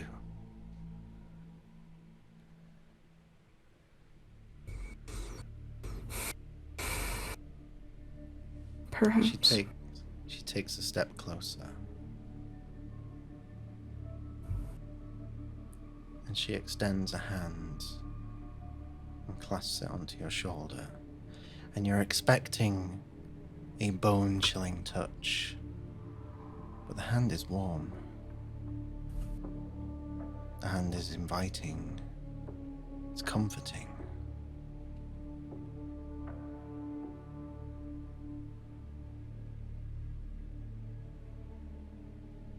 She takes a breath. Probably the first full one she's taken in a while.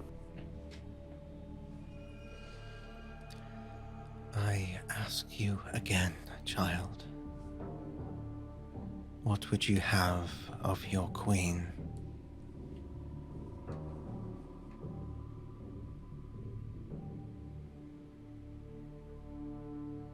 I am willing to fight with every breath in my body for what I believe in, even though I've never really had anything to believe in before.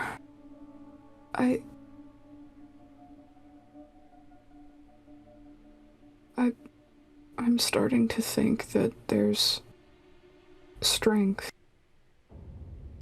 in purpose And if I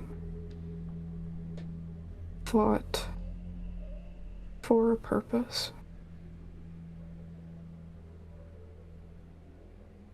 it might change my fate.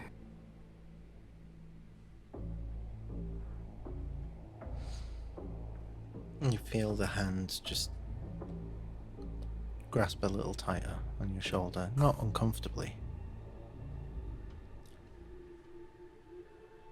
And what would you give your queen?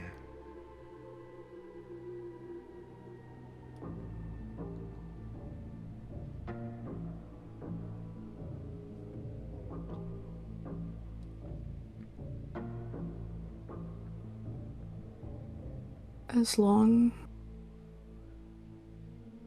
as I walk the face of Rhódania,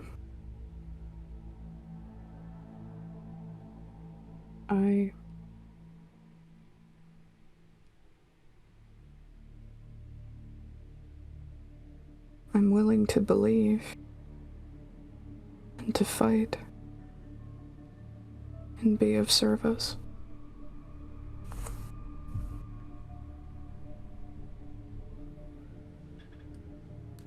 She runs her hand down your arm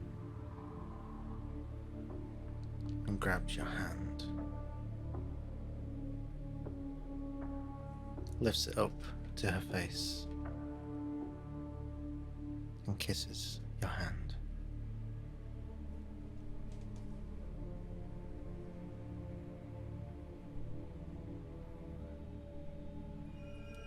Very well. We have an accord.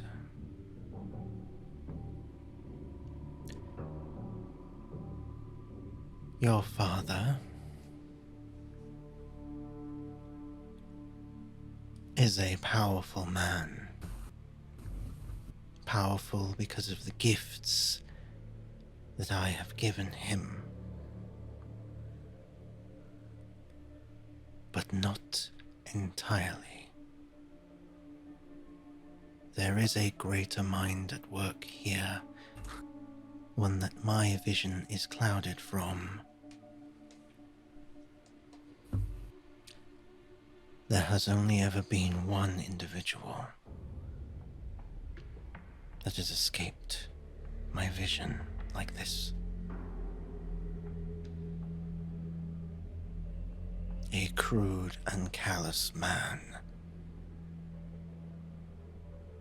who was once mortal.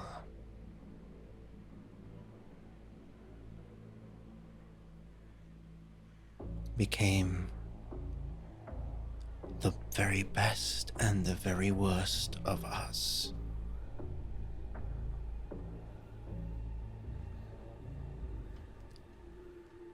Until I took his name and I replaced him.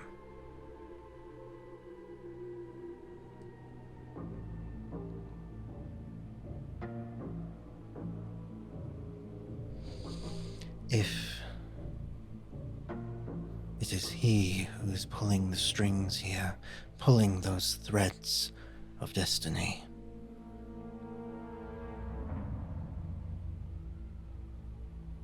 then your father is merely a pawn in a grander scheme that spells doom for everything. Mortal and immortal alike.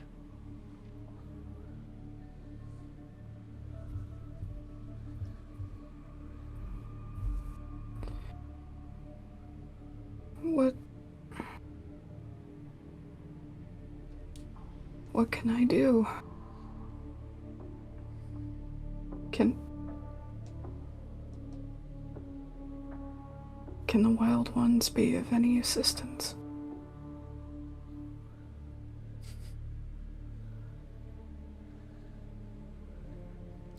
That is for you to decide. For now,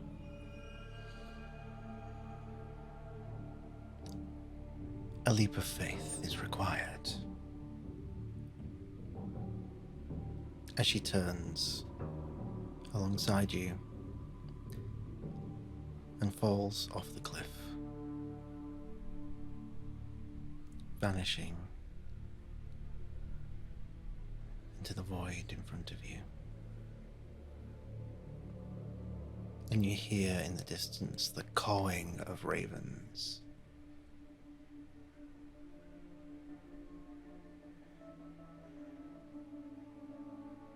She'll look over the edge. I'm assuming the drop is somewhat endless. Certainly not an end that you can see. There appears to be a storm of some sort.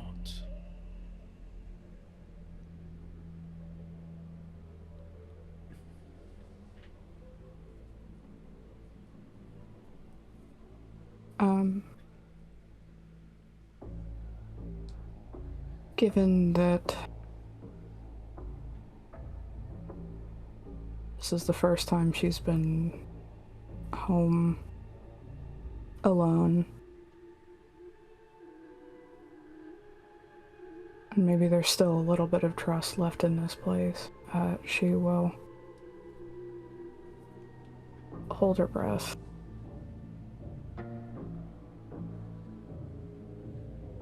And step off the edge.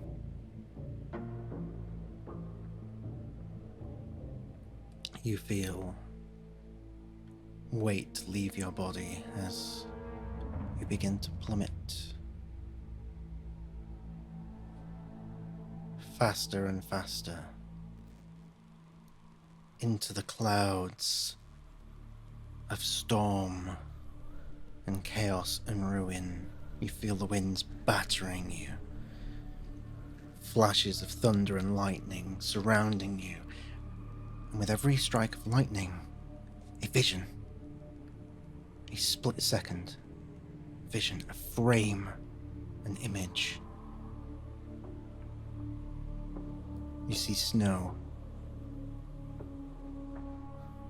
You see a ruin. You see a monument.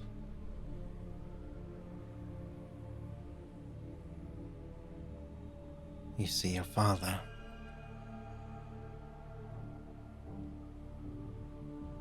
You see the Wyld Ones.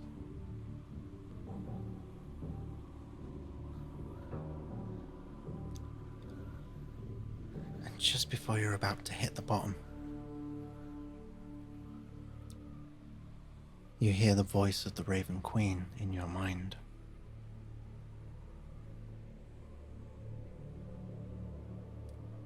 Moriganath. And you wake up.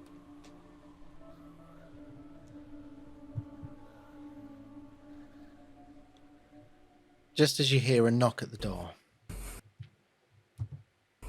from an expectant Wes. Hey, I know this is probably a bad time, like every other time I check in, but, you know, just your daily reminder that I'm here if you need an ear.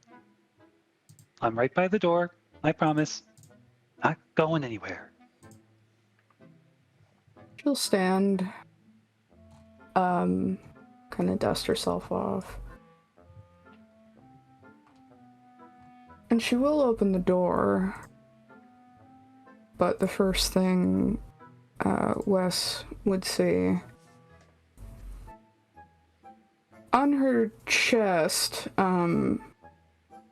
which I don't know if he was here for,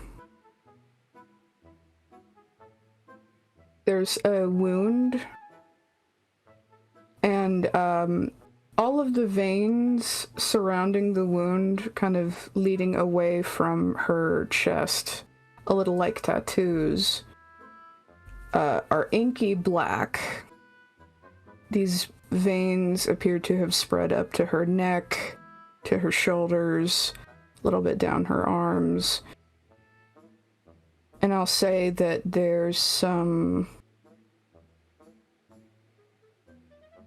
not a dark circle, but shading around her eyes. Purple shading. And...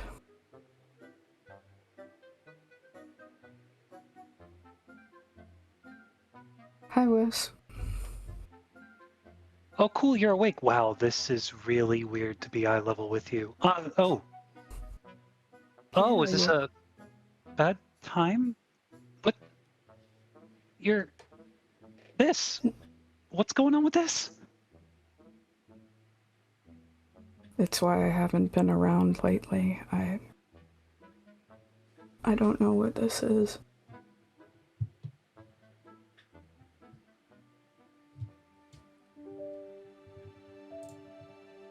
How did you get it? I was visited by my father in a dream, and he rushed at me with this glaive. We've seen a similar mark on Grasham, the mark that won't heal.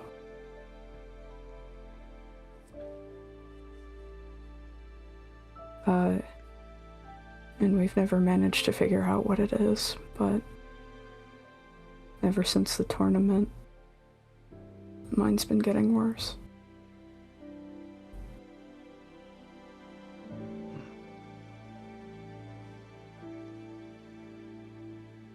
Well, if you just hadn't told me that sad story, I'd tell you that's an incredible looking tattoo, but now I know it's a scar and that makes me feel awful. Frank, your dad, just based on what you've been saying, sounds like such an asshole.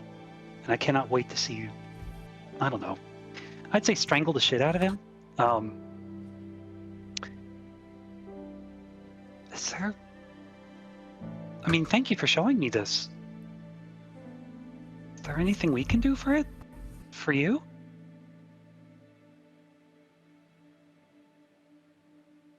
I hope so.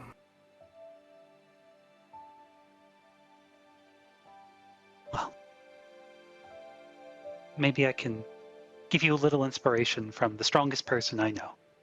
I will pull out one of my experimental elixirs. I rolled 4. It's a transformation spell, which casts Alter Self. Wes will drink it. And Frike, you look back at yourself. Huh. That's weird. Well, anyway, the strongest person I know would tell me that love and friendship are some of the most powerful things to fight for. And, maybe more importantly, the things that keep us going, even when we don't know where we're going. So don't forget, if it hurts, and we can't heal it, or we don't know what it is, we'll figure it out together. We'll do it with you. You're right. Thank you. And she will step forward and hug herself. Wow, this got really meta. And Frike will hug herself back. For flavor, dropping this reference. Is that really what my hair looks like from the back? I guess. I think that's what it looked like. You haven't changed it recently. Maybe we could modify it? What if we do a makeover and I'm your test subject? You know what? Why not? And she'll reach back and let her hair out of the braid it's usually in, so it falls in waves. This is going to be so much fun. Undoes the back braids as well.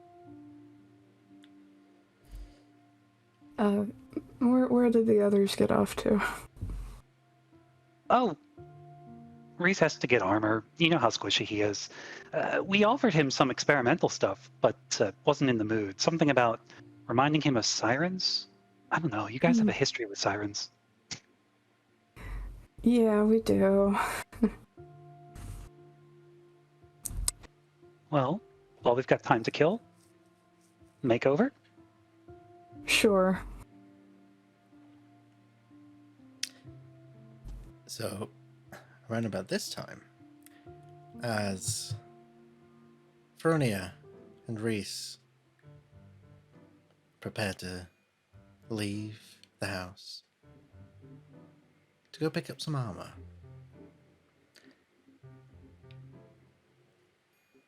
as you open the door, something falls through the doorway. And for a split second, your memory takes you back to when you opened the doorway 3 weeks ago and a shield fell through. Oh. As a shield does fall through, but not the shield. A small wooden shield, crudely made. Followed by a figure. Ah, come on, I was just about to open the door. What is going on? As a familiar fluff ball of feathers stumbles and falls through the doorway. Dude, what are you doing here? Yeah, what she said. What's up? I found you. I didn't think I'd find you. This city is so big. It's so big. Oh no. Oh, but I found you. It just leaps at you with big hug. Oh, well good. Just affectionate scratches all around. Just. As Brim's small boy drops by for a visit. As he intended to attend the tournament, but got a little sidetracked. I'm sorry I couldn't be there. There's so much of this world to see, and, you know, I disassociate very easily, so I you know, all it takes is shapes and colors, and I'm off in a different direction, but I finally found my way here. Well, tell me, what's the bother? What's occurring? Like, what's happening in Roshan's Rise? Like, what's going on?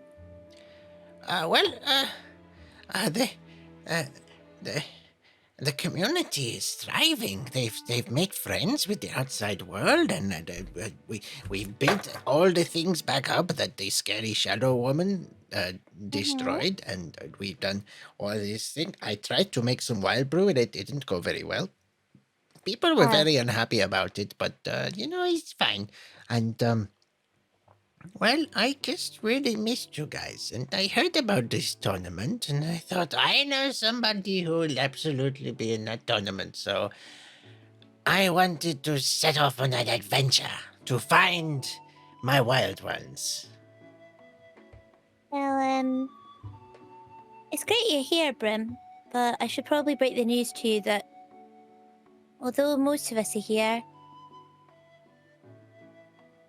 Bob's not about anymore, as you probably know. Connell is still alive, but he's off saving the day. And we've got another small boy here as well. It doesn't look very small to me. Well, you know, he's a bit bigger than you. He's about my size, usually. He's normal Today size he's at the tall. minute. Yeah. He's just hanging about inside.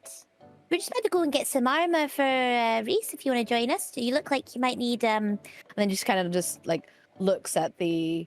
I'm guessing it's a pot lid, sort of thing. Pretty much. Armor like in Zelda. Yeah. I think you need a wee bit of an upgrade, pal. So do you want to join us? Or do you want to go and Well, let me think. I come all Thank you, this Frank. way, travel for weeks and weeks to come see my friends, and they say, "Oh, I'm going to the shops.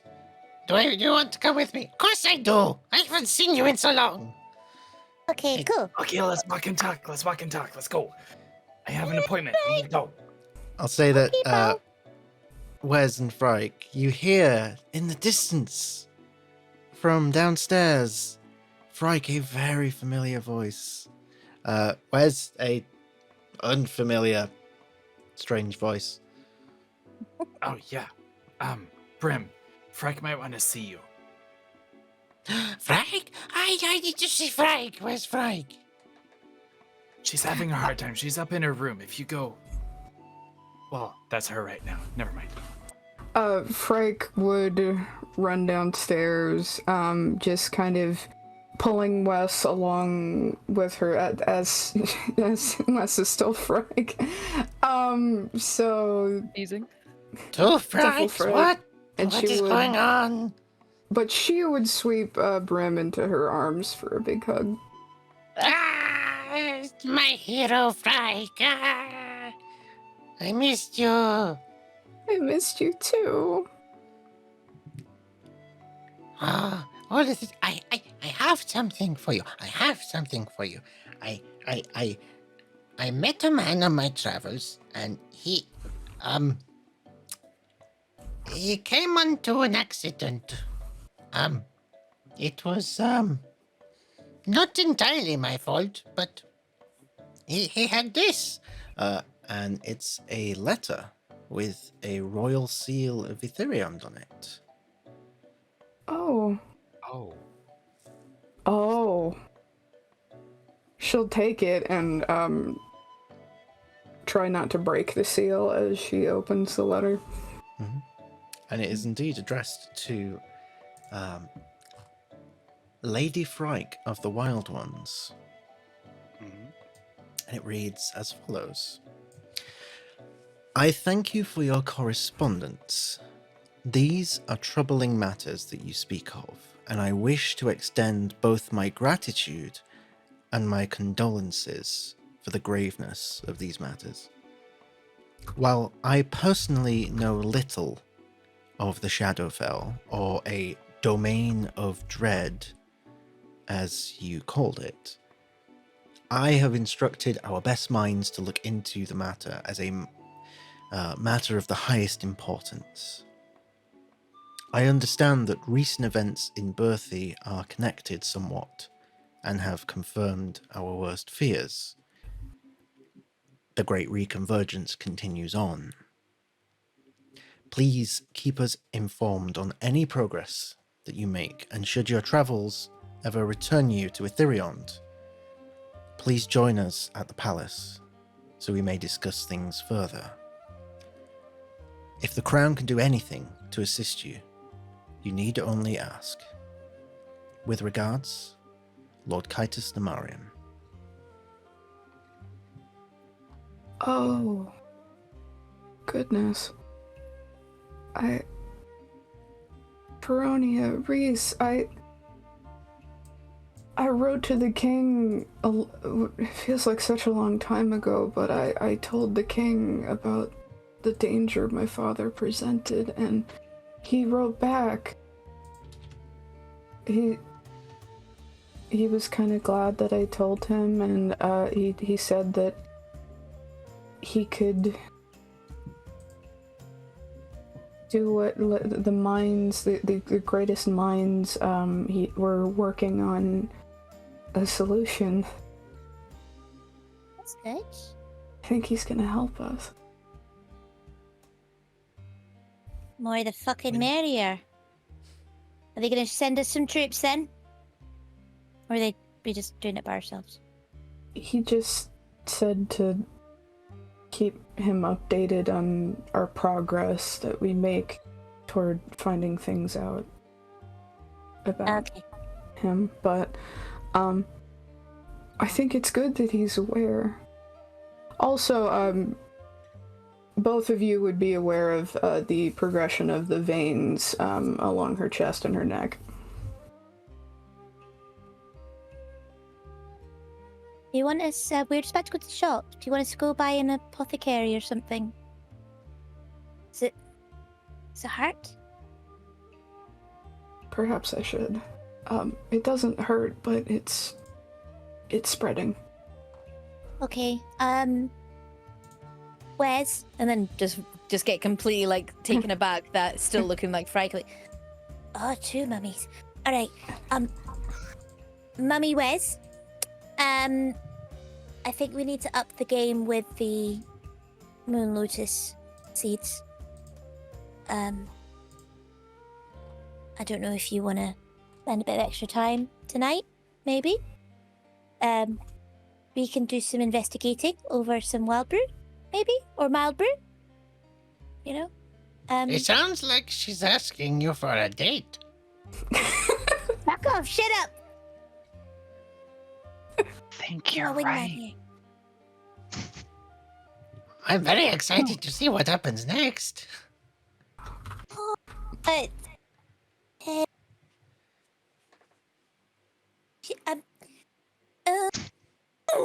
Just gonna like just fucking stomp out the door. She's cute when she's flustered. Isn't she? Following out the door. Well, I think- one. Go ahead. Oh, go ahead, please. I was just gonna say, one in town, just one in Rome, and just follow. I think as you all leave, Bren will pull Frike to one side, and he goes, Come here, come here, come here. Does he want uppies? Oh my god, yes. He does want uppies. All right.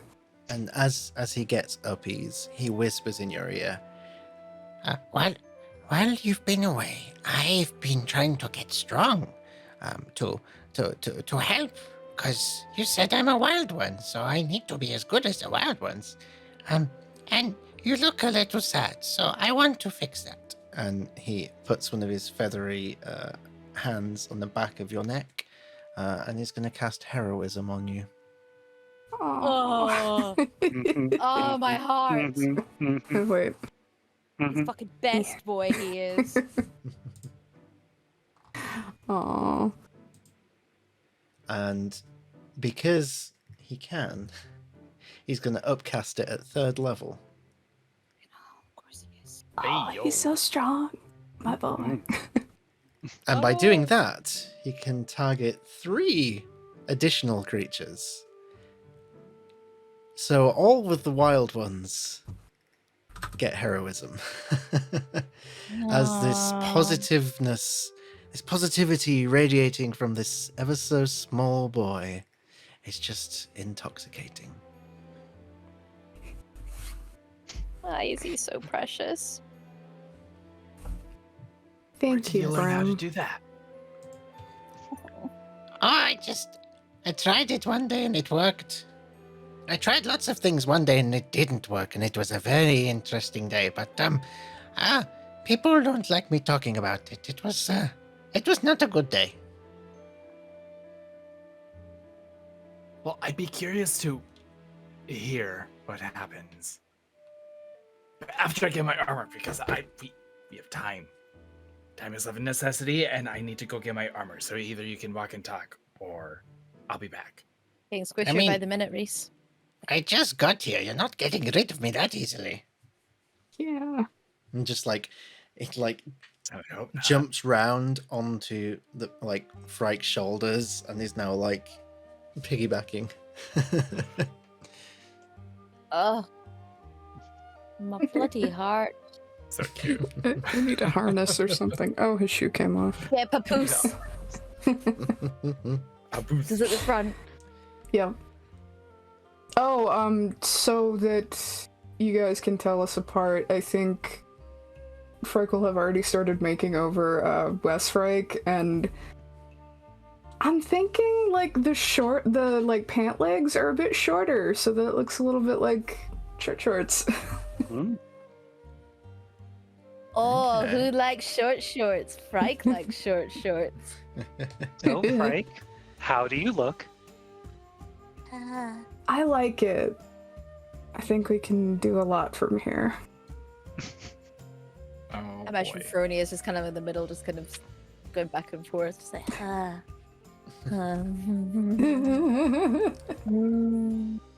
Calm emotions on Frodo.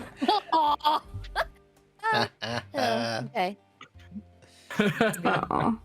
Amazing. Yeah, you're that's alright. So, you make your way into the city center. You go to pick up the armor. And since it's that time, we're going to wrap up now for tonight's episode. But we haven't had one for a little while. Let's have a Monday night post-credits scene. And it would be rude of me to not take the opportunity. Hey, Pat, are you still in chat? Oh, yes. I hope he is. If you are, I want you to type !D100 because I want Connell to make me a fate roll. Oh. Let's see what you get. Raffle Jacks, that doesn't count. That has to do it. So, You. I don't know if he's. Hey, There he is. Oh. of course, he's jumping in the call. You're supposed to not be in! He's always in. Look at this In our son of a heart. bitch. Just completely ruining all the can't emotion from hear last you. week. We can't hear you. Hear We ya. can't hear you. Still can't hear you. We can't hear you. La la la la Still la. can't hear you. We can't hear you. La la la la la. Da-da-da-da. He doesn't even go here. Nope. Nope. What you got for us? At least he's rolling IRL, I think. Yeah, he's rolling IRL. No, that's Um, fine. I didn't think he would be able to. I thought it was all packed up. Nah, always have travel dice. Oh, That's what I'll be absolutely doing not. when I go on holiday on Friday. I'm bringing travel dice. Hell yeah. We can't hear you, mate. Hear We you. can't hear you. You're like muted or something. Oh, Oh, are you he's got it in typing? chat. Hold up. He's doing all this. Oh, hello. Can you hear me? Hello. There we go. There you go. Oh, boy. Right. I got a 68. Oh, so fucking close. Oh. 68. I know. I'm so upset. Oh. Okay. Hey, everybody. Okay. Convenient. With a 68. Let me just check something real quick here.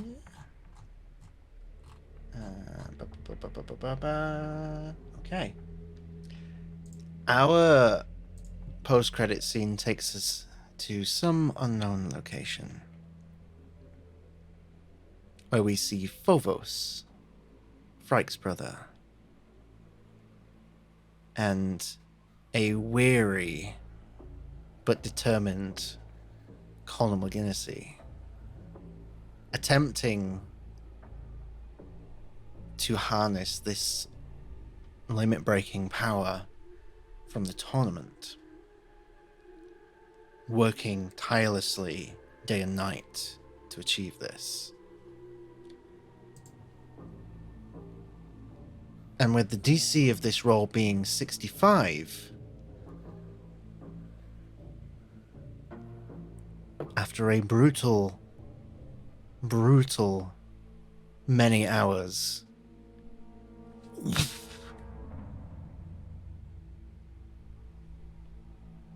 the form is activated once more. And Phobos says, "Yes, good. Okay, now you've learned how to activate it. Now you need to cultivate it. You need to learn how to keep it. That's the next step. Will you be okay? Do you need to rest? How are you feeling?" And since you're here, you might as well. Ugh. I gotta say, it's feeling a bit weird, but I feel like I can power through it. I'll do Okay. it for them. All right. And you quickly see his expression change. And he looks to the side. They're coming. Hide. And he like lifts his hand up, and you feel yourself pulled into the ground. Like the earth has swallowed you up. You don't feel any pain or discomfort. You seem to be protected by some sort of arcane field. But you're also able to just see through the thin layer of ground that covers you as Phobos stands there, approached by a gigantic beast made of shadow and bone and muscle tissue and sinew, and a voice from some sort of beast rider that you can't quite see. What's Daddy's little precious boy doing out here at a time like this?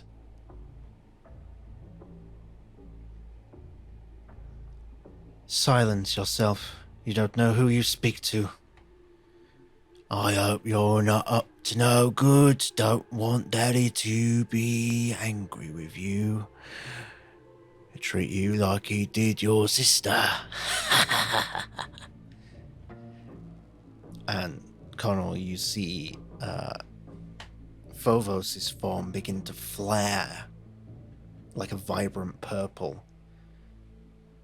Speak one more word, and I'll take more than your fucking shadow. Disgusting piece of shit. And this unseen figure laughs. Right you are, my prince. Right you are. Just be careful, there's lots of beasties out here in the forever night. And you hear the heavy footsteps of this beast begin to move away. And that is where we will close tonight's session. Love you. Hey Pat, thanks for stopping by. It was only right that he shows up at the end of this. Yeah. I know. Everyone give Pat some love in the chat. He's got a big adventure starting tomorrow. Yes, sir. Go back to the chat. BRP. Love you, man. Love I you. mean, Oh, pal, he. oh, Our sweet Oh. boy. Our sweet boy indeed. So, thank you everyone for tuning in tonight. Thank you to my lovely table of players. It's difficult to continue telling a story when you can't have everyone there. But you guys impress me every single week, and I love you very dearly. So, it is a pleasure to keep doing this. And I can't wait to see what Chapter 2 has in store. So excited. So yes, thank you so much. Let's go around the table. Friends, please, if you'd be so kind, reintroduce yourself. Plug anything you've got to plug, and give us your favorite moment of the session. Starting with Rhódania. Hello. I don't know what that was. Hi, I'm Mai, aka Myrick the Pirate. I played Rhódania tonight, Circle Stars, Felix Druid, Artificer, Wild Brew Extraordinaire. Sorry, I'm all bad. You can find me online as Myrick the Pirate on pretty much all social media. You can also find me here on Wednesday nights in the Wildmount Chronicles as Jimothy Brassfangs' third, the not so eloquent College of Eloquence Kitsune Bard Rogue. And also in part 4 of Vampire the Masquerade Bad and the Beautiful, story told by lovely lady of nouns, Bridget, coming to a stream near you, which is gonna be brilliant. Also, coming to another stream near you is my one shot. So yay! Look out for that in the Discord. That's when we'll be announcing shit when I finally got my shit together and probably organized stuff. And oh my god, seriously, this session, guys, I've got too many moments to kind of choose. I mean, the lovely little surprise of just Pat showing up, always wonderful. But can I have like 2 other actual in-game moments as my favorite bits? And I'm gonna Go be for it. really like, it's because they include me, because that's what I'm like.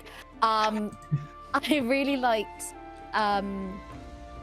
Wes and Fronia just kind of like tinkering around and like brainstorming about the enterprise that is Feronia's Wild Brew, all that jazz, and you know, going into like incense and candles and bath bombs.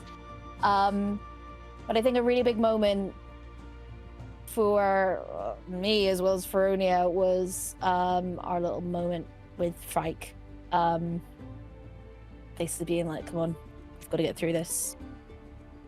And yeah, the whole fucking session. That's what I want to say. The whole fucking session. Oh, shucks. But yeah, this Thank is you some of so my much. favorite bits. Yeah, I mean, I said that in the break.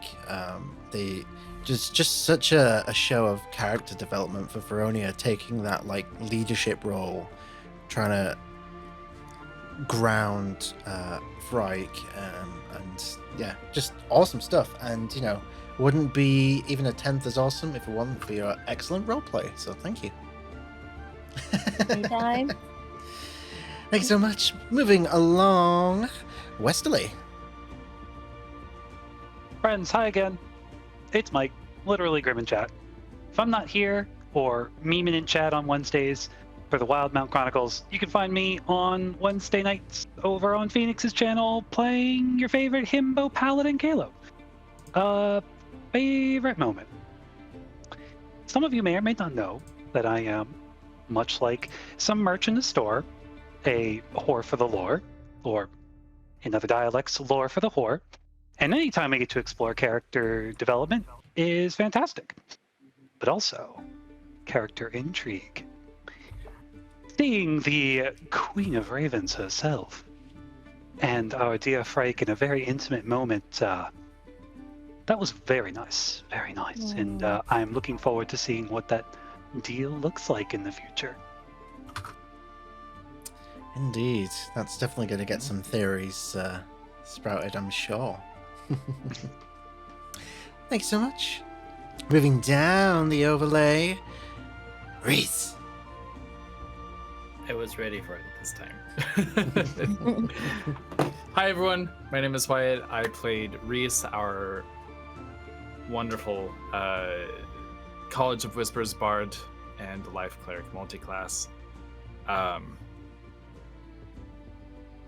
Oh boy, you can find me pretty much everywhere as Wyatt or the Wyatt, because I went through a rebrand. And also, I'm not making content right now because I'm burnt out. So, like, sorry, but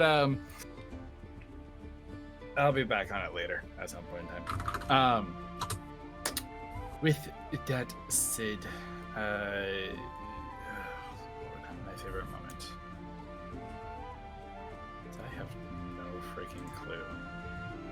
It's like our roleplay is so on point every session.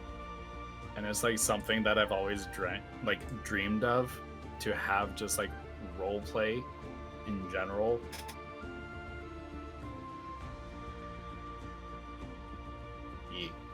Let me see. Probably just We were like... role playing before session as well, though, weren't we? True. In a different way. in a way that's not Reese. Let's see. Probably the moment with Frike and the Raven Queen. Just like that, the internal monologue. One, seeing as Reese, who has went through the entire like faith arc, and has come out as a cleric, it's very interesting to see Trike doing something similar. And I'm very curious to see where it goes. As am I. It will be interesting, that's for sure. Thank you so much. And yeah, I completely agree with the commentary on roleplay. I'm blessed with some incredible role players in all of the stuff that I've done on QuestJunkies. And it's great because, like, this campaign in particular, and same for Wildmount, though we've not had even half as many episodes of Wildmount. But we don't do a lot of encounters because we're too busy role-playing, but it's still so engaging, and I'm very proud of what we do. So, thank you for being part of that. And last but certainly not least, Our Lady of Nouns, Frike. Hello, everybody. What a night. I've been Frike, your Way of the Long Death, Shatterkai, Lady of Nouns. Tonight I'm thankful for spontaneous proposals that sometimes get accepted. Yep. Other things to plug, it does look like we have a date for Vampire 2, July 30th, with perhaps a special guest to contend with as well for the last fight, last man standing fight.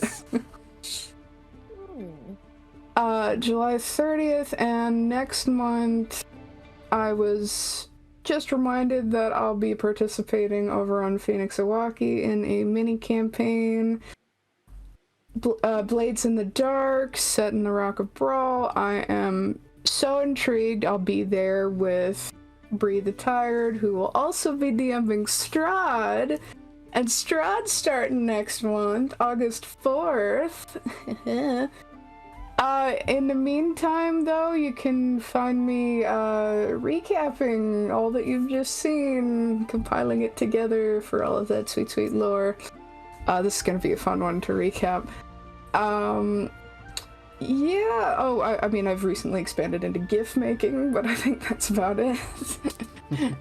And it is difficult to choose a favorite moment, because, I mean, you can have, like, as far as role-playing, you can have an idea of what's gonna happen in the session and then still be completely, like, surprised in a 180, and I felt like there were so many. I might have whiplash now from how many 180s I experienced, but I love it all the same. I loved the build-up to this next part of our adventure that I could not be looking forward to anymore.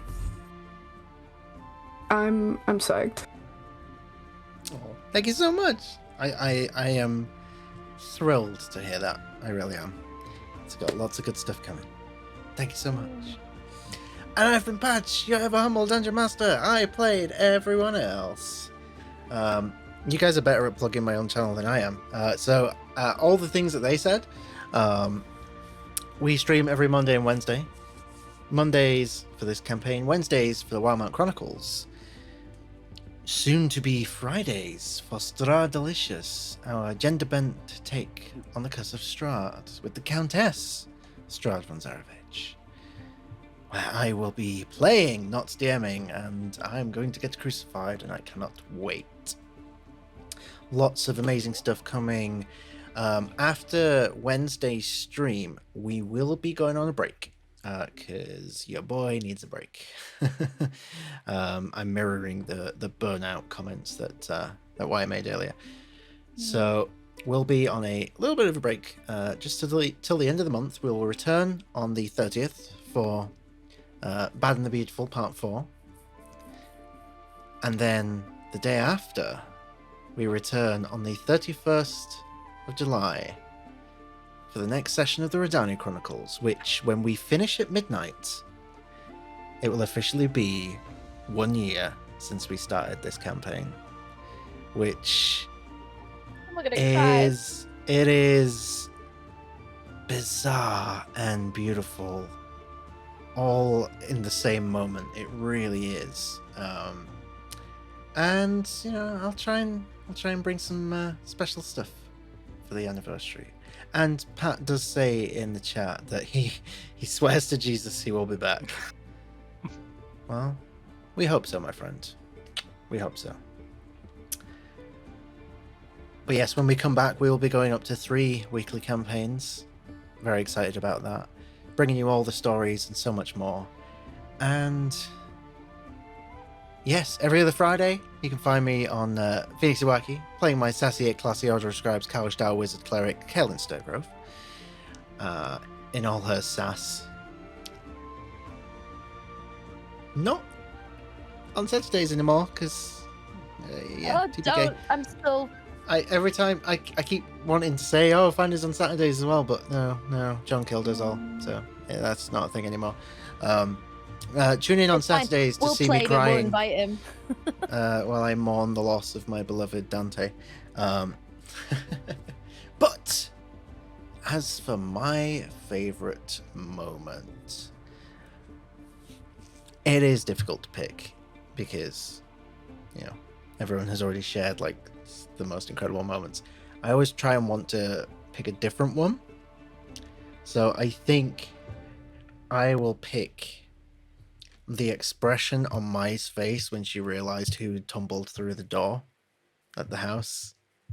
That's not really bad. We might need a gif of that, Bridget. But So I realized yeah. before you said it, I was like, huh? Well, the original plan, before we realized that we had the deadline for the tournament, was that Brim was going to come to the tournament and he was going to be in the Wyld Ones corner. He was going to be the one dishing out the bardic inspirations and stuff. But he couldn't make it in time, so he finally got here. He got a bit waylaid, but he's here now. And who knows how long he'll stick around for? Maybe he'll stick around for good. Maybe he'll bugger off back home. Who knows? Maybe I'll kill him. Who knows?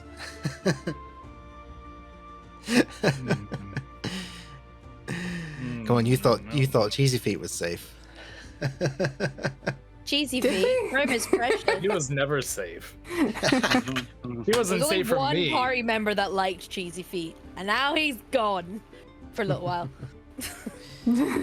Yes, true. Sorry, Pat. And with that bombshell, thank you so much to, you know what? Let's make this canon. Thank you to our lovely little QJs for tuning in tonight. We love you very much, and we will next see you in Wildmount for the Wildmount Chronicles. I guess the only thing to say about that is it Wednesday yet? Good night. We're gonna go raiding. We're gonna go raid our friend AJ Winters at Winter's Tales, because that's something we never get to do. And I love AJ, so let's go say hi to AJ. Bye, friends. Bye. Bye, friends.